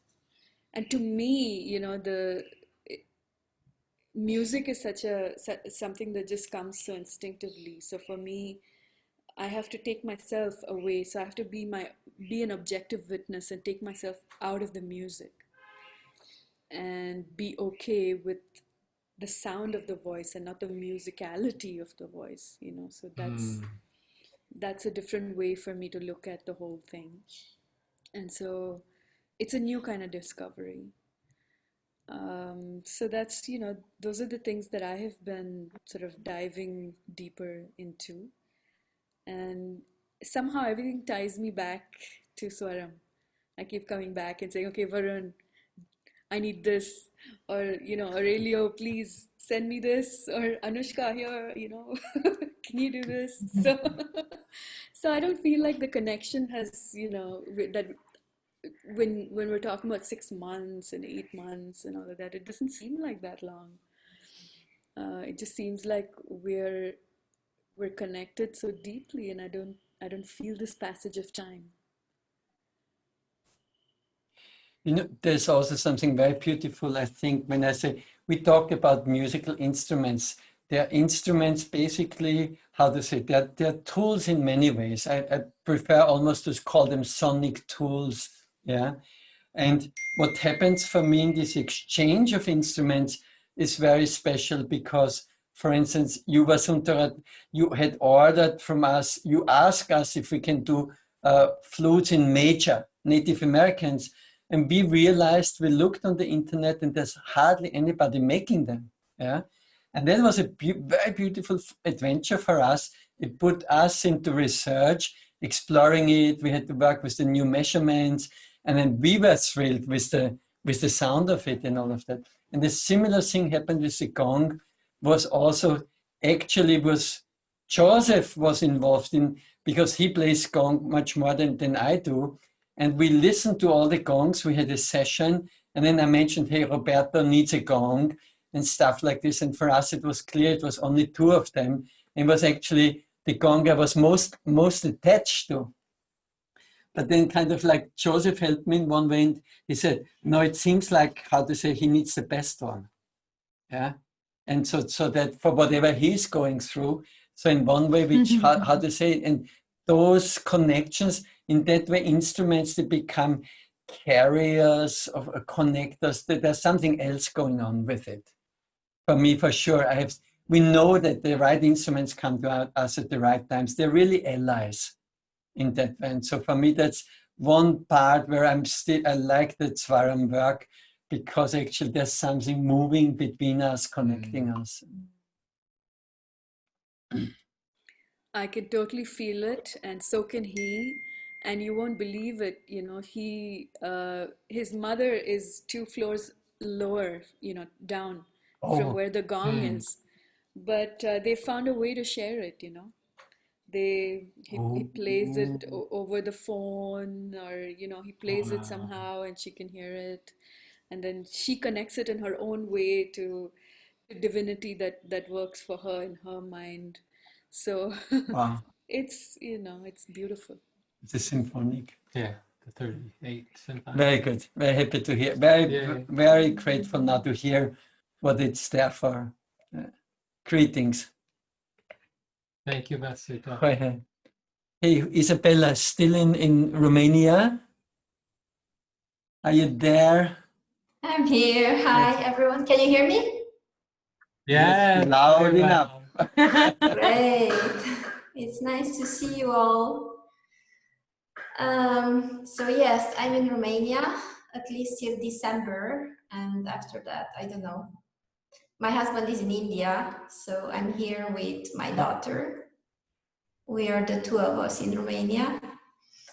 And currently, I'm actually focusing on an inner work without sound. So I'm doing a lot of non-duality retreats, online retreats. I just finished one last weekend. And it's how to see your energies and emotions in the body and to not resist them, actually. And just to allow everything that comes to come, and to, by allowing it, it shifts. So you don't even need the sound. But I find that you need that stage where you need some courage to be able to allow everything to rise up and to be there in the moment. Last night I was working with a friend on the body scan. We did that for 3 hours online. So basically we scanned each other's bodies. It's a friend of mine who is also doing non-duality. And we are focusing on each of us energy in that particular area of the body, and describe it and allow it to feel it and to see how it moves in the body and allow it to move wherever it wants. So this is what I'm doing right now. I do miss sound, I have to say. So I was with you in contact already a little bit. I'm in contact with someone from Crystal Tones who was in contact with Zwaram. Geraldine. And it was a girl, and I told her about the training and that I loved it, and oh, she was so excited, and she was, oh my God, she's from the US, and she was like, I really want to go and do the training, and she was super excited. So I'm looking in purchasing now some balls, alchemy, like, and see, because I like the idea of using this body as an instrument. I don't want so much training I'm more into, I discover more and more, I like to be present and just see how it shifts. Or if I work with a particular sound, to see how would this body express that sound out to the person with who I'm with. Not necessarily me controlling the sound. It's more like using this body as an instrument and see what comes up. I like this idea of discovering, because it's also discovering myself and also bringing something like not planned or controlled. It's just very organic, and I like that idea. So I would really, really love Aurelio to come there for sure and explore this with all the sounds, with all the instruments, for sure. I don't know if I will have the opportunity, to be honest, anymore. I don't know. But let's see. And today for me was really, really, I was very in tune with the videos. I felt them, and it was like I was there. So it was a very strong energy and presence, and I just let it flow like that. I didn't pay too much attention on which instrument did you use, or I just let it flow a bit and see how, yeah. So I really enjoyed it. Thank you, Isabella. Thank you. For me, so beautiful. I think that's what we're kind of like. For me, the gift is actually that the learning is happening in the field. See, I mean, what we bring in, the learnings, each one of you is following. I mean, Sherwin is there, and Elin Kusig, and all people we kind of like met and know. And this is the beauty of it, how it grows and how each one of us is kind of like working on different facets of the whole thing, no? And let's see, how is the timing for you? Do we still have time? There's Abhishek, is he still around? And Dhruv didn't say anything. Maybe we can, if we can leave Priyanjali also, we see, that's it. Can we have a brief check-in, hello, just to hear you? And Aradhana is also still there, no? It's in the context of sound, what is, even if sound is not there presently, like for some, but it's different layers of it. Dhruv, happy to see you. Hi, Look at them. how are you? Big hugs to all you're of not, you. you're not in the same place. Yeah, you can hear What's me. happening in music? What's there in music for you? Okay, so I have this band with whom I'm releasing an album next month. Oh, actually this month, now that we're in October. So we've been working towards that lately. And in terms of how this sound, the training and the sessions have connected with me in terms of my receptiveness with music, it's like over the last few days, I've been revisiting all those old classic songs that I used to listen like way back, like 10 years back maybe, or 15 years back. And I guess there's something new to be found in them, you know, in terms of how I'm receiving them now compared to how I was receiving them before. And yeah, so it's really interesting. Like every day I've been listening to like some really old songs just to get back into it. And apart from that, like today's session, it was really good.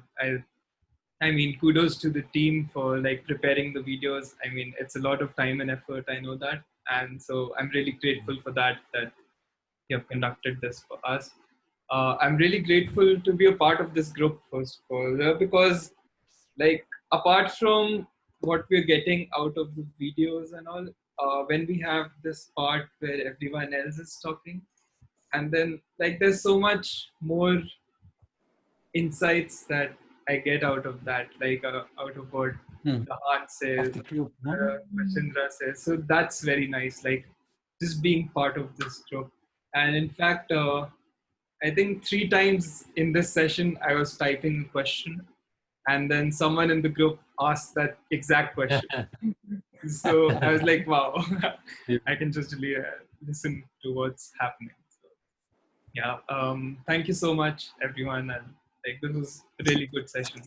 really enjoyed. Yeah. And we're looking forward for that music production. Yeah. Very much if it comes out this month. We've been also in the studio over the last 2 months working on something. And I'm sure Vasuntara also, she always comes with some surprises, beautiful ones. So it's a good space also to share it. Yeah, looking forward. Yes, I look forward to what you Priya, guys have come up with as well.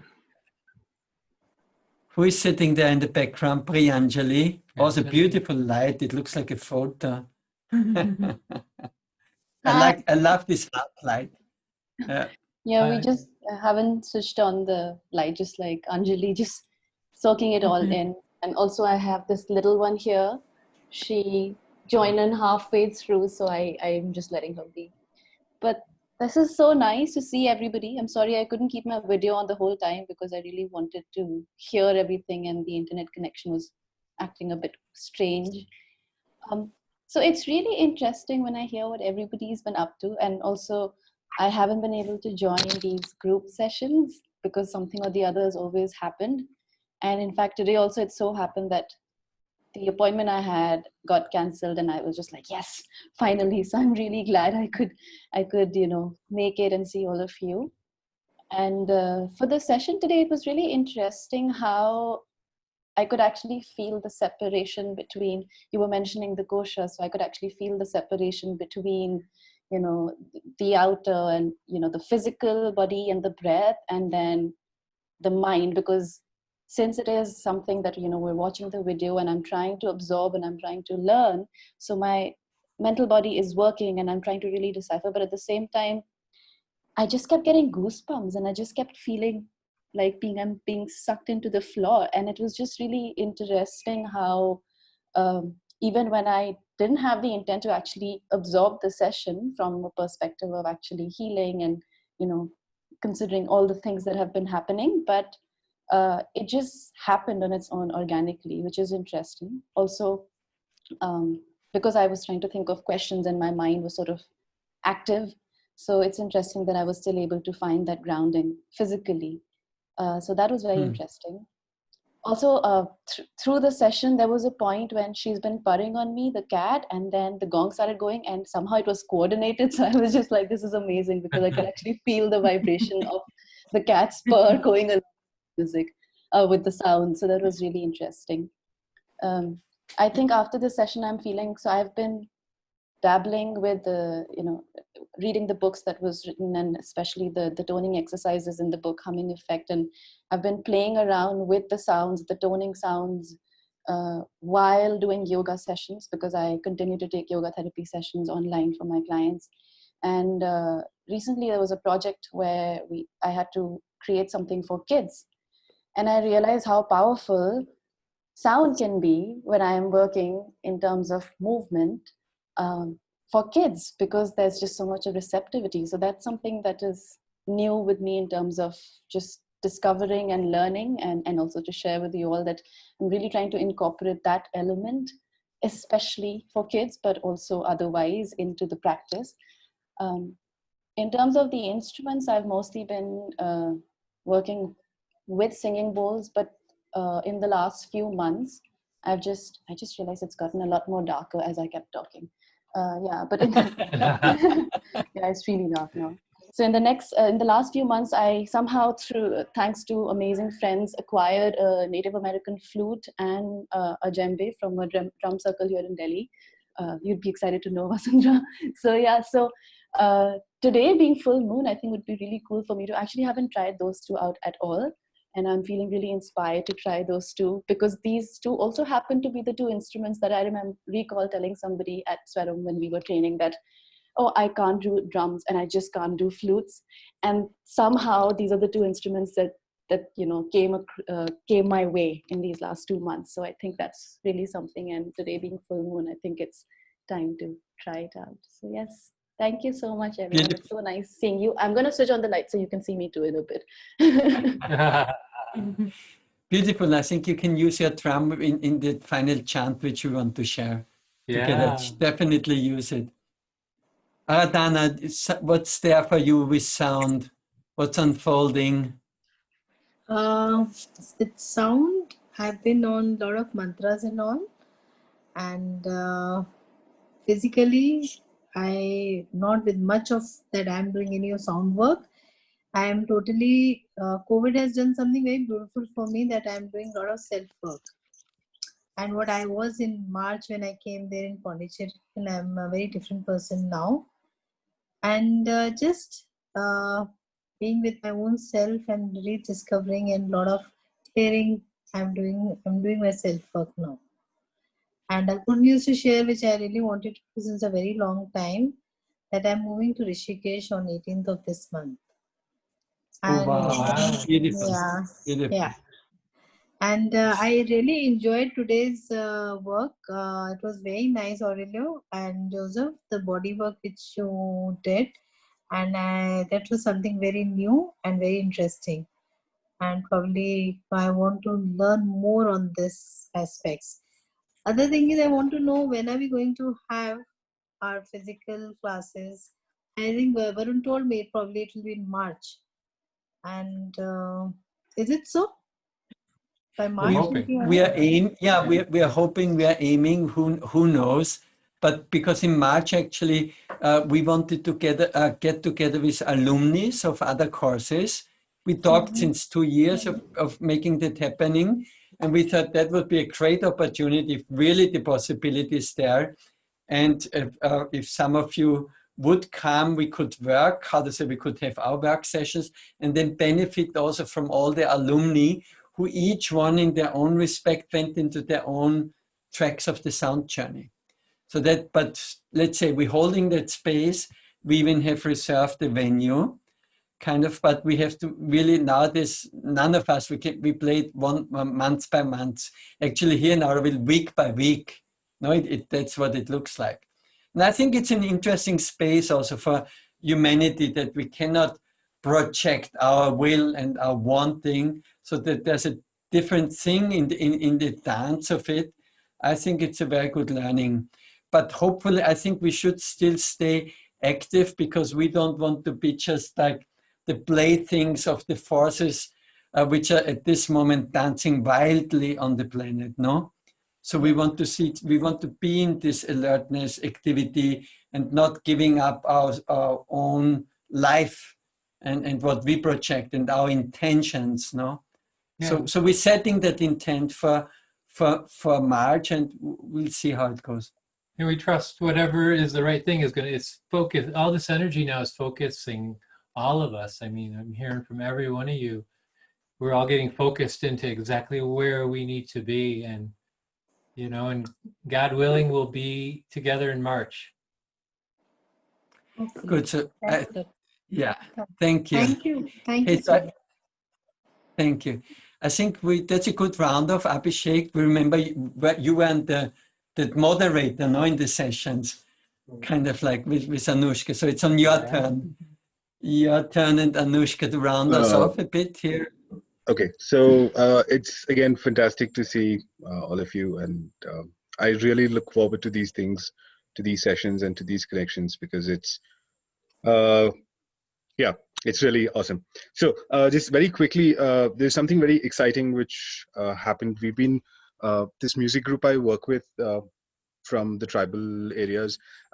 We've been trying to recreate forest sounds using rattles as a medium, because we thought that would be an interesting way of learning how to play and learning how to work with sound in itself.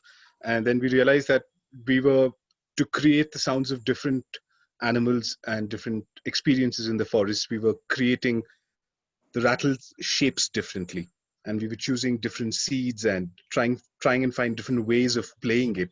So this just became a very exciting imagination, a reimagination of the forests around here. And on one such journey, we were sitting out on the rocks, and we were just we had collected a few seeds, we had a few rattles already, and we were just doing random things, and just at some point it all kind of fell into sync. And then it just went on for a bit, and these guys had gone and made some bongos with some bamboo and some mutton skin, which was donated to the village. And so they were just carrying all these around, and we were just sitting out in the open, and we were playing, and suddenly everything just went quiet. And then we realized that the birds and a lot of the forest sounds had we had fallen in sync with those sounds. Oh, wow. from which was going in around us, most of the rhythms which we were following, and it was a really beautiful moment of connectedness.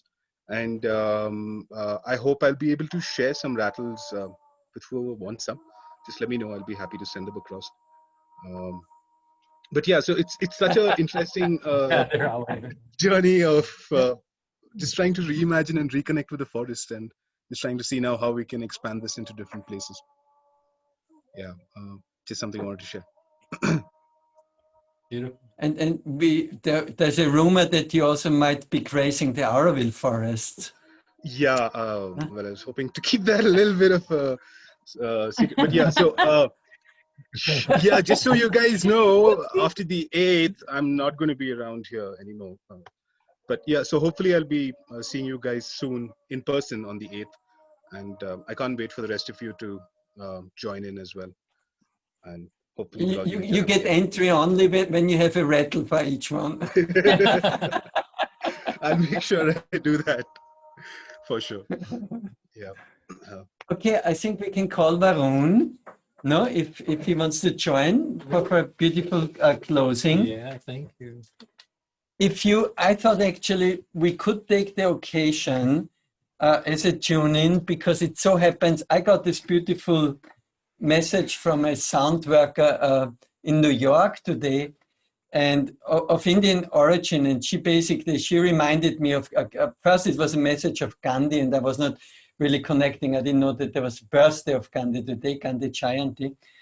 And what she actually said, what she brought in was this ahimsa in a very interesting way, which I never thought of it. It's about non-violence. And so I thought maybe I want to share just that aspect, because I found it very relevant for sound workers. And then out of this contemplation, then we go into a chant. Yeah?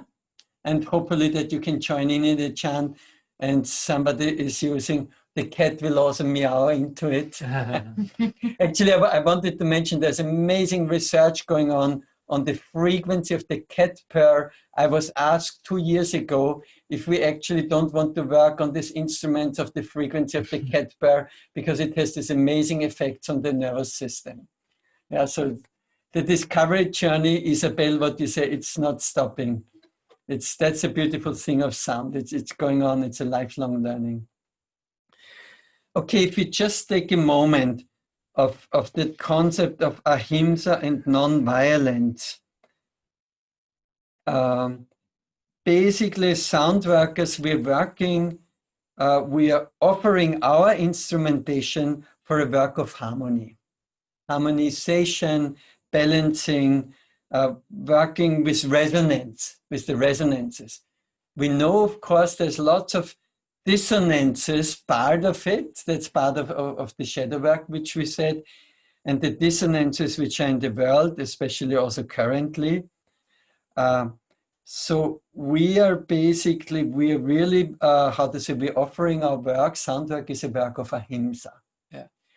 And to be able actually to share that fully, if we just can take a moment for ourselves, that we first, basically, we want to forgive for all those violences which were inflicted into us, all the hurts we got through violent actions, violent words, circumstances, energies. It could be a violent look. That we have that capacity. We're asking for forgiveness if we imparted any of that. All those situations where we had been violent, we're asking for that forgiveness and offering it. And at the same time, we can offer that forgiveness for those acts of violence which we received. We're not holding on to them. We're not reacting with violence. We are basically, what we are bouncing back is the energy of ahimsa. It's a resonance, it's a harmonization. We're not joining into that fierce power struggle of violence. We have something else we are tuned in a different instrumentation.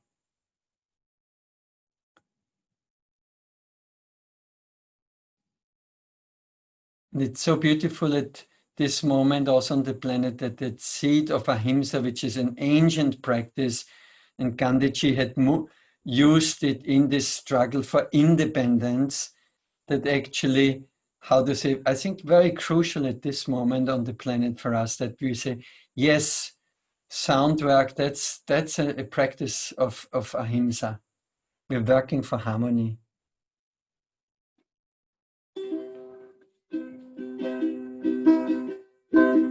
And it can be fun, doesn't have to be all serious. Okay, let's just bring our voices in. It would sound something like this.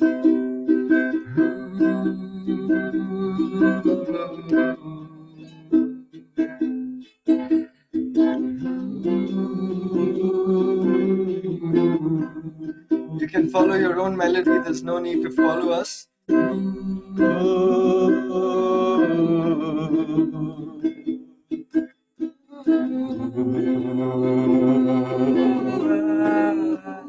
Let's see your lips moving. Let's see.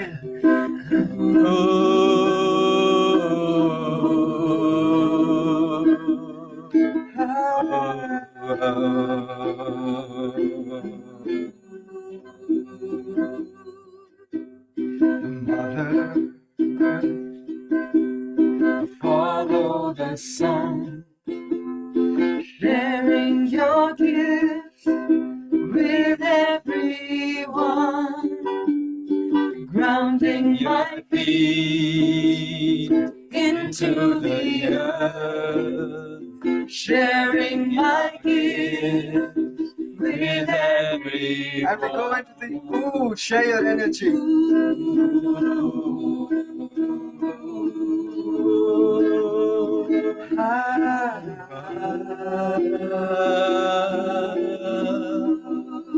One more time for the earth.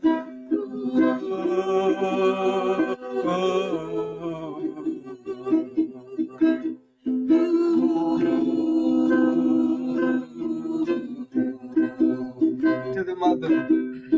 Mother Earth, follow the sun, sharing your gift with everyone, grounding my feet into the earth, sharing my gift with everyone. With your wonderful voices.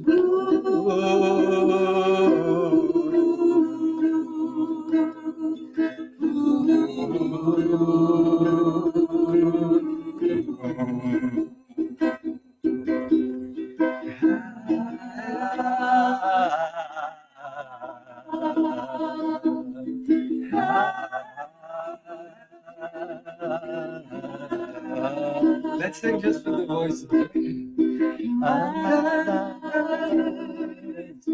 Follow the sun, sharing your gifts with everyone.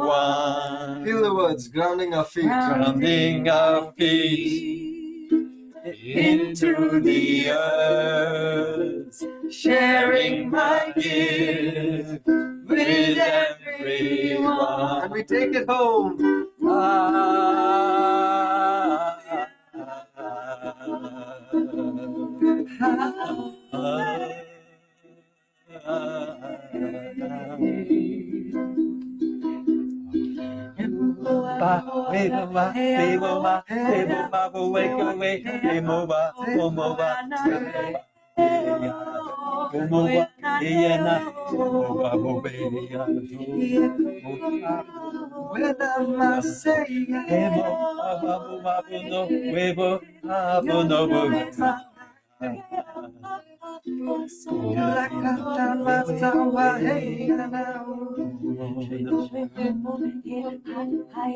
Together,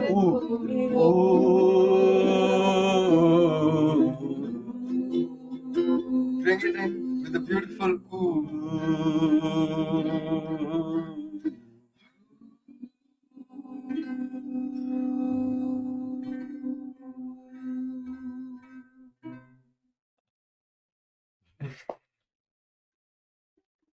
Love, love, stay connected. Yay. So beautiful to know you there, each one of you. Big hugs. Keep it going. Healing. Anjali. Vroom. Yes. Fly. All of us. Hearts, hearts, hearts. Thank you, Mako. Behind the scenes, Mako. Marco, all Svaram, so many workers. Thank you, Spread the everyone. It love. was very nice seeing you all. Thanks a lot. Had a good session. Stay healthy and strong, everyone. Yes. We will share those videos soon, and we'll be happy to hear from deeper study of it if questions come. The panels also. Yeah. Everything, we share the material. Yeah. Okay, we stay in touch. Bye. Bye-bye. Marisa, Brasilia. Brasilia. India. Turkey. Turkey, everywhere. Bali. Bali. Chennai. Delhi. Bye. Romania. Romania. Beautiful.